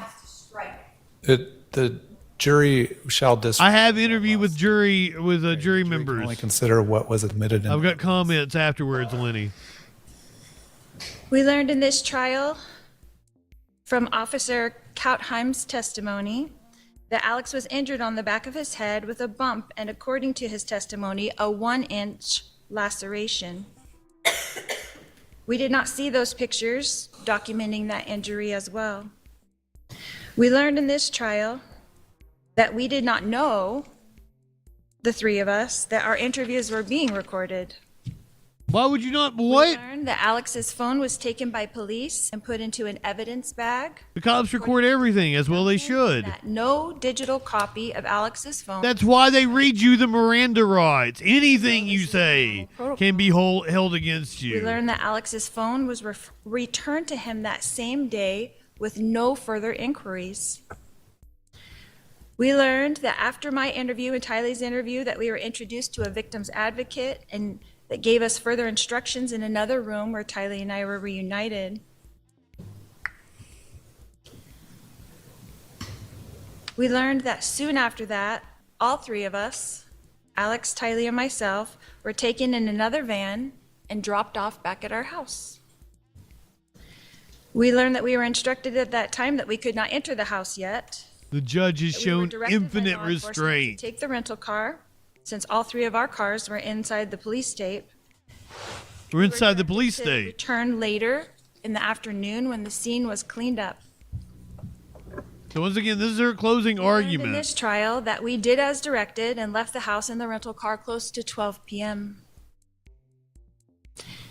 We learned that we did not return to the house until contacted by Detective Inkland to return to the house so that Alex she's been coached well, though. Walk the detectives through what they call a walkthrough. We learned that many detectives were present. I skipped over it, but I totally agree with her repeating that over and over again to the jury that it is up to the state to prove Detective Werther was there. Beyond a reasonable doubt. Cam was there. And yet, we were told by Detective Duncan, the case agent on this case, on the stand, that because of some problem, the walkthrough was not recorded. Detective Duncan also informed us that he does not know if any of So she's going piece by piece over the evidence and saying, this is why there should be doubt here about this. I mean, it's a brilliant legal strategy. I mean, she's been coached well. Of the walkthrough and no reports talking about it, that there are none, even though this would be crucial evidence for you, the jury, to have. So honestly, she's doing a really good job. Sustained. The jury. The problem is she and again, the jury is guilty as fuck. Evidence that was admitted into testimony. I'm sorry, testimony that was admitted into evidence or exhibits that were admitted into evidence. The state of Arizona has the obligation to show you evidence to prove that this event was not self-defense, as stated by the only three witnesses. So why not show the jury all the evidence that they gathered? Again, sustained. Somehow they struck those interviews. The jury can only consider the evidence and testimony that was admitted into evidence. We learned in this trial that Alex fully cooperated with law enforcement. We learned that my daughter Tylee fully cooperated with law enforcement. We learned that I fully cooperated with law enforcement. We learned that law enforcement treated all of us that day kindly and courteously on July 11th, 2019. That law enforcement treated us that day like this was self-defense. We were not given instructions to stay in town. We were not given instructions that we were under investigation of any kind. On July 11th, 2019, we were interviewed by Chandler Police. Oh shit, thank you, Zellhart. I didn't notice that. Further instructions. Appreciate you. We learned that Chandler Police put out a press release that day on July 11th. I'll sustain that objection. Also, welcome in, my friend. The jury is to determine what Good to see you. Did or did not establish. Under Arizona, This is Lori Vallow Daybell I had the right to on trial for killing her husband Kylie had the right to self-defense. after she had an affair Defense. with the leader of a doomsday cult. They later went on to kill her kids. She's already been convicted Planned or expected. for the death of the kids. We learned in this trial that Chandler The Police cult leader got to the do a death thorough penalty. She got learned life that they without did not swab parole. Alex's hands for gunpowder residue. We learned that they did not swab my hands for gunpowder residue. This is the We learned murder they did not trial swab for her husband. residue. She is representing herself because she's got nothing to moving lose. all the guns. This is closing arguments. I have They did not test the jury verdict coming at you here just momentarily. They did not test the floorboard. They did not test the projectile. They did not test my husband's shirt. They did not search the rental car. They did not search any of our 3 cars that were there at the scene. She's been coached well. Now she was until over 5 not she was not The poor. police department did treat this event just like it was. I can't imagine what assets she has and a now. tragic family But she was not poor, and she's been We learned in this trial coached well. She has a private obviously detective. having marital problems. She has a paralegal Regardless she of what hired. was happening in our marriage at the time, on July 11th, this was self-defense. I honestly think she's done a really good job. It's just the only problem that When she's Kylie came out with facing to protect me, her mother, is that she's guilty as fuck. bat from Tylee and start swinging. At 62 years old, Charles had a choice that day and could have put the bat down. I've got the verdict and comments from the jury coming at you momentarily. How are you supposed to choose between 3 people you love? Your husband, your daughter, your brother? Light one up, tip one back. All right, hold on. All right, I'll caution the defendant not to testify about things that were not entered into evidence.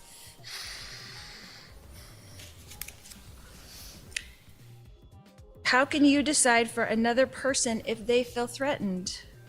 Jezebel, welcome in. State want to blame to someone. It's a reasonable person standard, not the standard of the person. Oh, I will say that the family incredibly pissed off at her for making them go through this. I'm sure you'll point that out in rebuttal. I'll allow the argument as that inference. Go ahead. Why does the state want to blame someone for this tragic event? What evidence did the state? She absolutely is trial that exploiting I wanted harm to come to our my judicial husband? process just to We learned in this satisfy her own praying ego. for my husband. We learned in this trial that even though my husband and I were having marital issues, that we were both trying to do the best things for our son with special. So the trial should piss everybody off. It doesn't me in this because trial that I was it's content. And she Charles had changed she his defended herself. That's awesome. But I was not angry as the state alleges. In the phone call we heard But she's from a the insurance monster. company, we heard that I was disappointed for our children, our grown children, as well as our children still at home. But I was not angry. My husband Charles was providing for our children still at home. I had no motive to change that. You met a fucking cult leader and started fucking him. We heard a lot. And you caught your husband cheating. Prophet named Nephi. This is the state's evidence to murder over self-defense, and it is utterly ridiculous. We heard from Detective Duncan, who admitted on the stand that he had no idea what I meant in the text message when I said, "We will be like Nephi." In Mormon culture, Nephi signifies strong faith, perseverance, and courage. All right. That's sustained. The state's attempt to misconstrue the positive text message about a wonderful religious figure, Nephi, and try to turn it into an order to kill someone is absurd. This is an attempt by the state to try to retrofit a crime that doesn't exist. This event was not a crime, it was a tragedy. Don't let them turn my family tragedy into a crime. When I'm done speaking to you, I mean, her story is kind of all believable, that I've told you.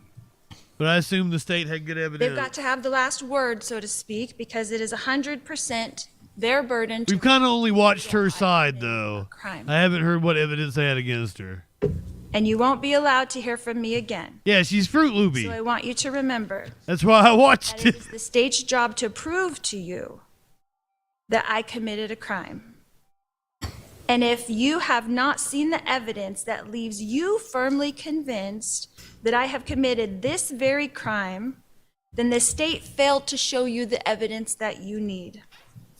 Because I did not commit this crime. The only interview the state entered into evidence is mine. So I encourage you to go watch it. I told you just what happened that day, just the way it happened. The state put forth a bunch of evidence in this trial in an effort to make you dislike me, to try to attack my character. Oh, it's not hard to dislike you, ma'am. Guilty no matter what evidence they showed you. But only you get to decide. Only you can prevent forest The fires. state put up witnesses that had zero knowledge of a conspiracy. The state did not show you evidence of an agreement to commit murder. They showed you evidence of a family tragedy, and then they showed you the sad effects of a family torn apart because of that tragedy. After she was arrested, they investigated one of her exes because they ended up dead, but they found no foul play Argument that they could find. But it was kind of mysterious the way he died. The execution of Charles Vallow is not a family tragedy. This is the prosecutor. There is nothing that you can say about shooting a man as he lay on the ground that you can try to construe in any way to make that a family tragedy. This case is about the defendant, not Alex Cox. Alex is her brother. Alex is involved in it because that is her co-conspirator. We are not here to determine his guilt, albeit it is quite obvious. This defendant wants you to just look at one piece, and she wants you to hope that there's only a person who will say, I saw, I heard the conspiracy. But what did you hear in every instruction is that you can look to other evidence to show that. This defendant wants you to forget about her words and pretend that when she told her lover, her soon-to-be husband, we got rid of him, that he changed the life insurance before we got rid of him, that somehow means what? That they killed him. And he changed his life insurance before they killed him. What does that tell you? That tells you motive. Yep. And that tells you who did it. It sure does. This defendant is one of those we, because she's writing it. She wants you to pretend that when she is talking about Charles for months, acquiescing and agreeing to her brother killing him, having people tell her that it's wrong, having people know that they're planning for something, that those words don't mean exactly what they are. We got rid of him. This defendant. The state, of course, has the burden. And that's how it should be. But every one of those justification defenses falls short when you look at the conspiracy itself. When they got rid of him. My arch nemesis, Gwyneth Paltrow. There is no reason that Alex Cox came over to this defendant's house with a Stole my idea for pussy candles. and waited for Charles to come inside. Held there. Owes me millions. Defendant using the cell phone. That is conspiracy. That is planning. That is premeditated. You can absolutely watch that whole video. That's why the state included that for you. What you're going to see is that Lori Vallow doesn't cry. She is not truthful, as we've gone through. Her timeline is absolutely wrong. She tells the detectives it's quick, it's 12 minutes. She wants you to believe that the police could understand all of this that day. But what did you hear? Is that all the police could tell initially was that the timeline was off. And then they started learning that the physical evidence seemed to be showing that Charles was executed on the floor, but they needed to see if the medical examiner agreed with them 2 days later. And then they needed to pull all those iCloud accounts, phone records, and go through terabytes of data to bring forth these things that you have now learned and hold. They interviewed these people who learned of the defendant's religious beliefs, that she Kooky Mormon exalted, that she was celestial being, that she didn't have to repent. Of course she thought she was Nephi. We learned that the physical evidence on Charles and at the scene show us that he was executed. And every single one of those defenses that the defendant has asked you to look at, the state has met its burden. Because even if you somehow believe that Charles actually Josephus, welcome in. wasn't staged like the rest of the scene with the shoes and the lack of blood there, that second shot is not justified for self-defense, crime prevention, or third-party defense. Arizona law does not allow you to execute a man on the ground. You guys still with me? The defendant wants you to believe she was shocked and surprised by this, and yet she goes wandering around, goes to Burger King, Walgreens, drops off her kid, comes back and jokes about her neighbors. Not one action of a person shocked, surprised. She wants you to feel bad for her daughter, Tylee. You saw her there. You heard from the chat detectives. disappeared. She's also not shocked, crying, upset, worried. And you saw Alex. Same demeanor. Why? They've had 47 minutes to work it all out. Go through Charles's phone, figure out what they're going to say. They've talked on the phone Inbox. twice in this time period. This case relies upon all of the investigation that the police did. That day, Well, the police lie. They suck. that day when they started to understand that the physical evidence at the scene was staged and wrong and didn't match what the defendant was saying. And then all of the evidence after that, culminating when this defendant told the man that she married later that she was having an affair with as many times as she wants to say Charles was my husband. She didn't want him as her husband. She wanted Chad Daybell. She wanted that life insurance policy, and yes, she was angry about it. Yes, she was. And she said, we got rid of him. Charles was an insurance salesman. That is her confession to you. That is why she is guilty of conspiracy to commit first-degree murder. Thank you. So that was the closing arguments from both the defendant and the prosecution. For Lori Vallow Daybell earlier today, the jury reached a verdict. Didn't take them long. There is a chunk missing, like they break. I don't know if the verdict is read before or after the break. The defense did email my staff requesting an additional paragraph. The defendant is not required to testify or produce evidence of any kind.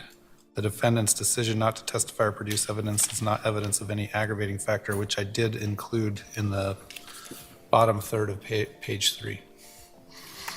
Given that, are there any additions or corrections?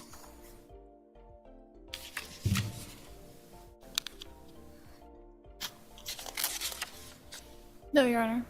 Are either the state or the defense requesting any other additional instructions? No, Your Honor. If there's an aggravation phase, does the state plan on introducing any testimony or exhibits? Testimony, I believe, likely from 2 family members. We will limit it. I don't plan on doing openings, just presenting testimony and then argument. All right. Would the defense anticipate presenting any evidence? Your Honor, can we just stipulate to that? I mean, the statute says there's only one punishment for this crime. What is this? Why is there an aggravation phase for this specific count? Much like the guilty verdict, the jury in Arizona has to find whether or not there's any aggravating circumstances. In addition, the jury would still need to find that if it's a guilty verdict, whether or not it's a dangerous offense. Until it's found as a dangerous offense, that sentence that you're talking about wouldn't be So true. once again, she's already been convicted of killing her kids. So, would you plan on presenting any Sentenced to life without parole. in the aggravation phase if there is? This is the trial No, but could I just for stipulate? the murder of her husband. That's my question.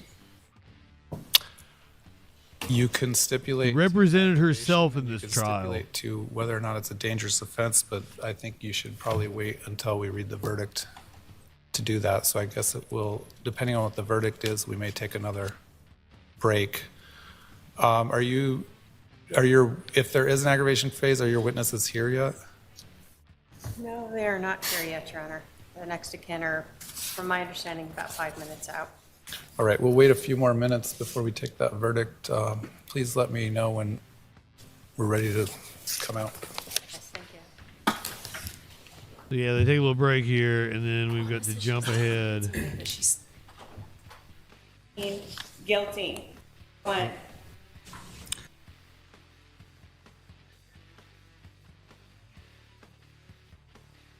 Yes, she had another husband. They investigated to see if, because he died under mysterious circumstances, had some sort of heart attack. They investigated. They could find no foul play, but it's still kind of weird that she already had a husband that had died under mysterious circumstances.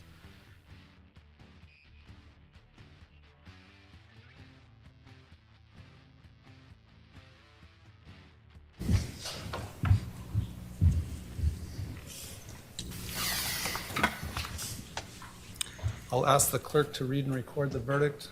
This is the verdict just a couple of hours ago. The State of Arizona in and for the County of Maricopa. State of Arizona versus Lori Daybell. CR 2021-001704-001. Verdict, count 1. We, the jury, duly impaneled and sworn in the above entitled action, upon our oaths, do find the defendant, Lori Daybell, as to the crime of count 1, conspiracy to commit first-degree murder occurring on or about July 11, 2019, guilty. Signed, foreperson. Is this your true verdict? So say you one and all. Yes. On the court's own motion, I'll go ahead and ask the clerk to poll the jury. Juror number 1, is this your true verdict? Yes. Juror number 2, is this your true verdict? Yes. Juror number 6, is this your true verdict? Yes. So found guilty on conspiracy to commit murder. Is this your true verdict? Yes. Juror number 9, is this your true verdict? I don't know if she got found guilty on all counts. True verdict? Yes. Juror number 11, is this your true verdict? Yes. Juror number 12, is this your true verdict? Yes. Juror number 13, is this your true verdict? Yes. Juror number 15, is this your true verdict? Yes. Juror number 16, is this your true verdict? Yes. All right, I'm going to ask the jury to retire to the jury room for just about 2 minutes. I need to discuss something with the parties before we determine whether you're done or not. So the admonition still applies. Please. I think she had another count, though. Or perhaps a willingness to stipulate to aggravating factors. Is that something you want to do, or do we want to go through this aggravation phase? I'm willing to stipulate to it, Your Honor. All that it is the dangerous phase. Is that correct? There's only one statute there's only one sentence. Well, the jury would need to find, first of all, whether or not this is a dangerous offense first. Secondly, whether the offense caused physical, emotional, or financial harm to the victim, or if the victim died as a result of the conduct of the defendant caused emotional or financial harm to the victim's immediate family. And then I think there was another charge, but maybe it was just the conspiracy, because she's not the one that pulled the trigger on it. Let's get the lowdown on what the jurors knew, how they came to their verdict. I've also got the family they spoke outside of the courtroom, who spoke to some jurors as they came out. Bianca, what were they saying? Yeah, Mark, it's always very enlightening to hear from jurors after a case like this, especially. And I spoke with 3 of them so far. All of them had pretty similar things to say. Number one, they said Lori Vallow Daybell's demeanor stuck with them. They said she didn't seem to take this seriously at times, oftentimes appeared to be smiling or laughing. That stuck with them. But they all said that the most damning piece of evidence for them were text messages that were presented in court, particularly one text message in which Lori Vallow Daybell says, "I will be like Nephi," referencing this figure from the Book of Mormon in which they're talking about being commanded to kill another person. So that stuck with them.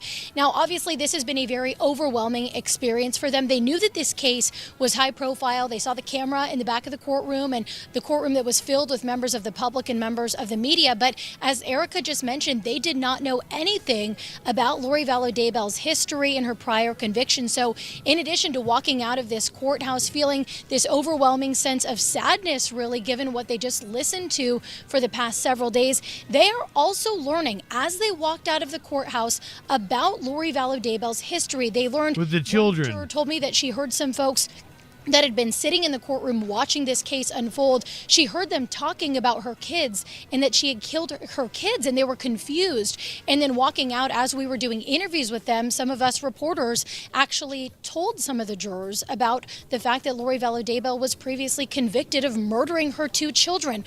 One juror told me that she was waiting for Tylee to take the stand as a witness. She thought that she was going to hear from Tylee because, of course, she was there that day when Charles Vallow was killed. They were confused when Tylee was never called as a witness. So they felt that there were facts and big pieces of this case that were missing. They felt that even though they didn't know about her prior conviction. So again, they are learning about that. Insane. First few minutes after walking outside of that courthouse. So very interesting to hear their reactions. Some of them said they've heard now that there are documentaries that exist on Netflix, and there are lots of media about this that have been out there for years. So some of them told me they plan on sitting down later and actually watching some of that over the next few days. But I want to show you part of my interview with Victoria Lewis, one of the jurors here. Again, she was. Yeah, this murder happened in 2019. Experience. Take a listen to what she had to say. It was sad, as he said. For me, it was the text messages that did it, as far as evidence. And I feel like we uncovered some lies.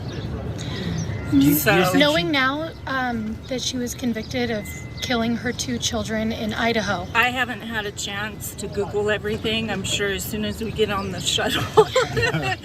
So might have more to say later. Was that difficult going through this and not being able to be disconnected? Yeah. It just felt like there was a lot of information that didn't make sense and that was missing. Do you think she did herself any favors by defending herself? No. You were not impressed with her lawyering skills? No. What do you think of her behavior during cross-examination? The way that at one moments she was not impressed with her lawyer skills. Many days she just was like smiling. I kind of was, but I might have been biased. I might be thinking with my dick on that one. And laughing, and didn't seem to take anything very seriously. So there you go, kind of that raw reaction as they are starting to find out about some of the prior convictions and the history that goes so deep with this case. Now, all of the jurors also told me that they were surprised that Lori Vallow Daybell opted not to present a defense. They said they understood that the burden was on the prosecution's shoulders, but they were surprised by that. So again, some of them now say they're going to try to disconnect for a little bit after this, but they do plan on Googling finally Lori Vallow Daybell and seeing what else is out there, because as you heard there, they were surprised and they felt like just amazing they were able to find 12, 16 people that were missing that hadn't heard of the Guys, case. we'll send it back to you. Yeah, you know, these jurors have been fully immersed into this for the last couple of weeks, and so this is going to take an emotional toll on them. Like, this is going Of to course, sit with yeah. them probably for years. And it's amazing, Bianca, that they were able to find jurors who were Clinically keeping me honest over here, yes. What had yes, you might be right. recently back in Idaho, and that she had been You live convicted in sexual for killing her anarchy. kids. Absolutely. I think a lot of people, including us, were wondering how are they going to find an untainted jury that didn't know about the history of this case. It has been so in the media. It has been, the center of national media attention for years. That had to have been a real challenge going into this. But again, based on my interviews with those 3 jurors, clearly they did not know about her kids and they were confused. They had questions. They were wondering, why is Tylee not being called as a witness? They wanted to hear from her. So, I'm kind of amazed that they were sad walking out of the courthouse. They didn't were sad for bring the kids up. They were sad to see someone like Lori Vallow Daybell seemingly throw her life away. But now imagine the Lord, welcome sense in. of sadness finding out that her 2 children have also been killed. So just a lot to deal with for these jurors. And as you mentioned, I imagine it will really take an emotional toll on them as they start to process what they just experienced. And again, as they learn all of the layers and start to peel those back. And as I mentioned, one of the jurors said tonight she's going to go watch the Netflix documentary because she has a lot of questions. Yeah, it's going to be mind-blowing. All right. It's going to be mind-blowing. Thank you so much for that. Oh, that's great. We have comments from the siblings of Charles Vallow. That was the husband of Lori Vallow that she was on trial for murder for. And I'm just glad it's over with. I really am. My whole family is, my sisters, and I just want to thank everybody, the Arizona Prosecutor's Office, Trina K, and everyone else that was here and got us through it all. Our court advocates and the whole 9 yards. Today's a good day. We won. Were you worried, Jerry, that the jury might come back with a not guilty at all, or were you pretty confident? I had a little concern, but when it came back so quick, I pretty much knew that it was done. Nate, so. A little concerned, really? Your trial. I thought she was,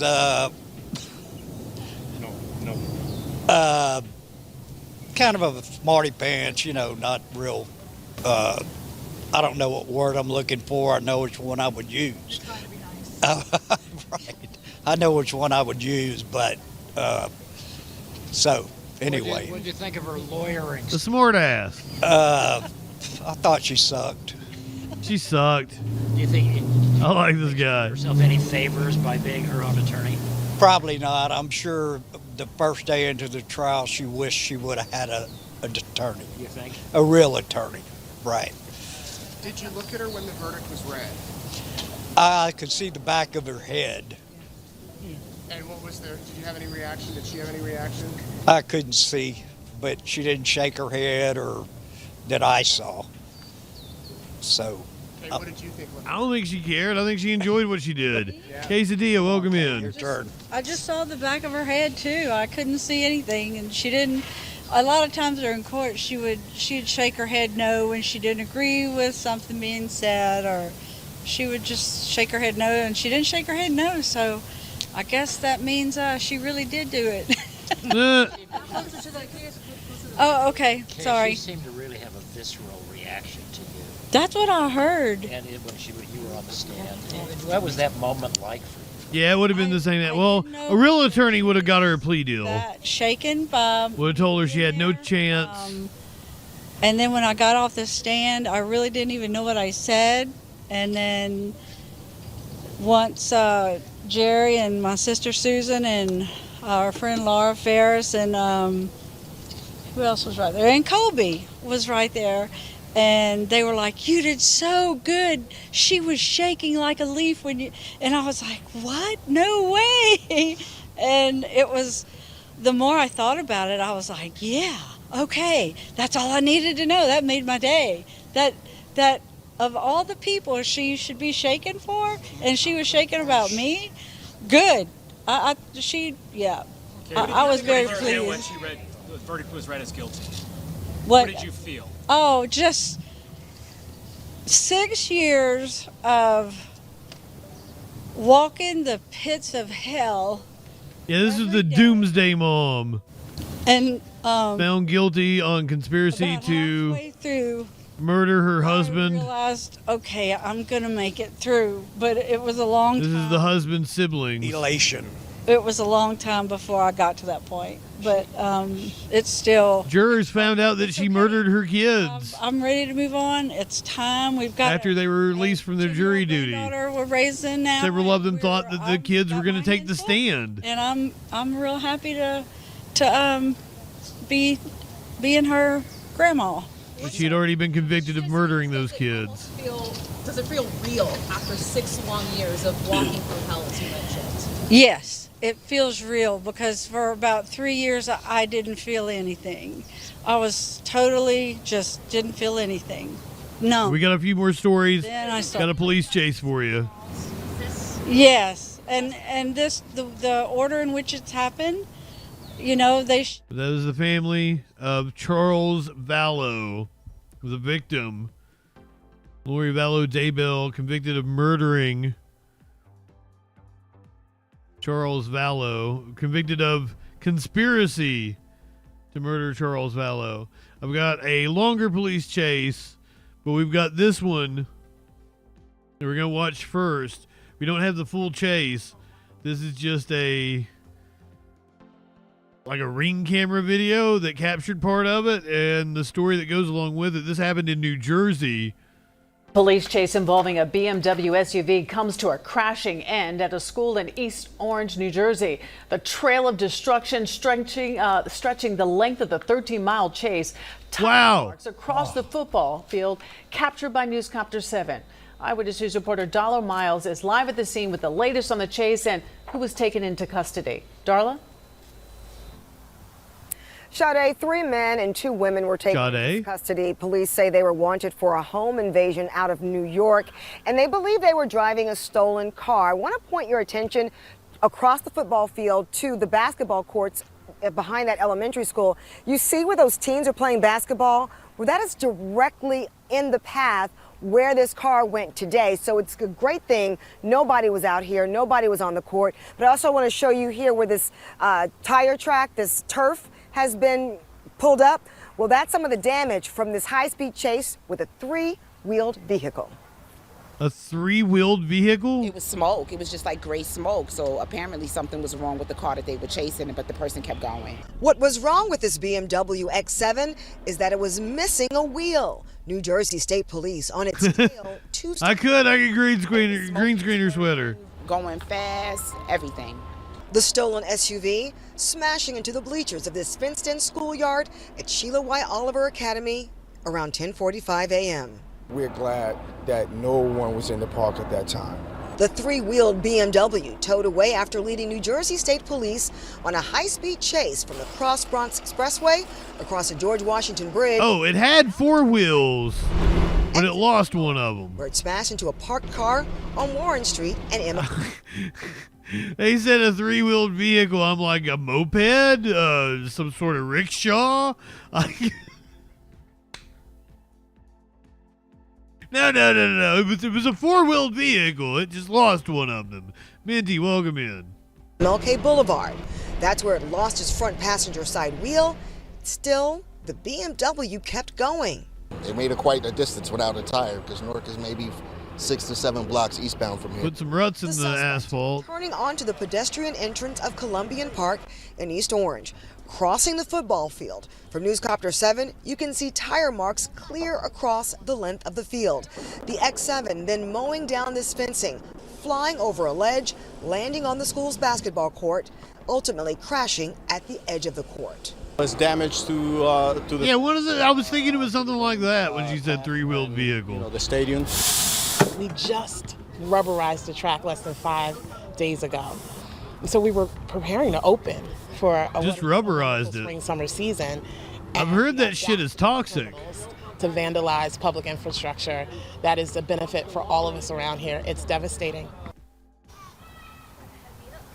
Now, the city briefly considered closing the track, closing the park until they could repair it. But as you can see with all I should put Tony Storm doing a titty slap over her day, shirt. almost summer-like, they say this is a safe space for the community, so they had to leave it open.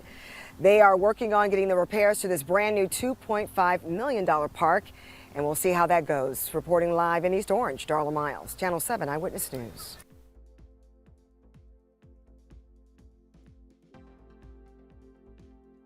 A titty slap! Come on now. Twitch people, stick with me. We're gonna watch a police chase and listen to music. And I might have a little something we watch after the police chase. Before we do that, though, I'm going to go ahead and tell you that they've already picked a new pope. Are you ready to see the new pope? Here's the unveiling of the new pope.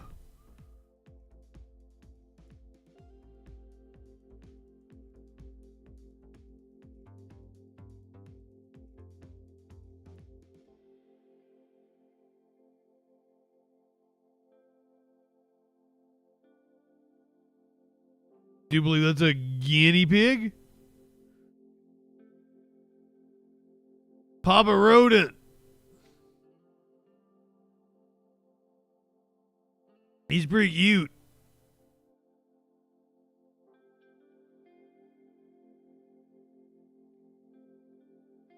Twitch people, we will be watching a police chase, listening to some music. Ducky, welcome in. You got here just in time for the chase. YouTube people, Kick, Facebook, the podcast, all you peeps, go ahead, light one up, tip one back. It's all right to have a little fun before you hit the sack. I'm JustinFREAKIN. We'll see you tomorrow night on the Troll Patrol, live.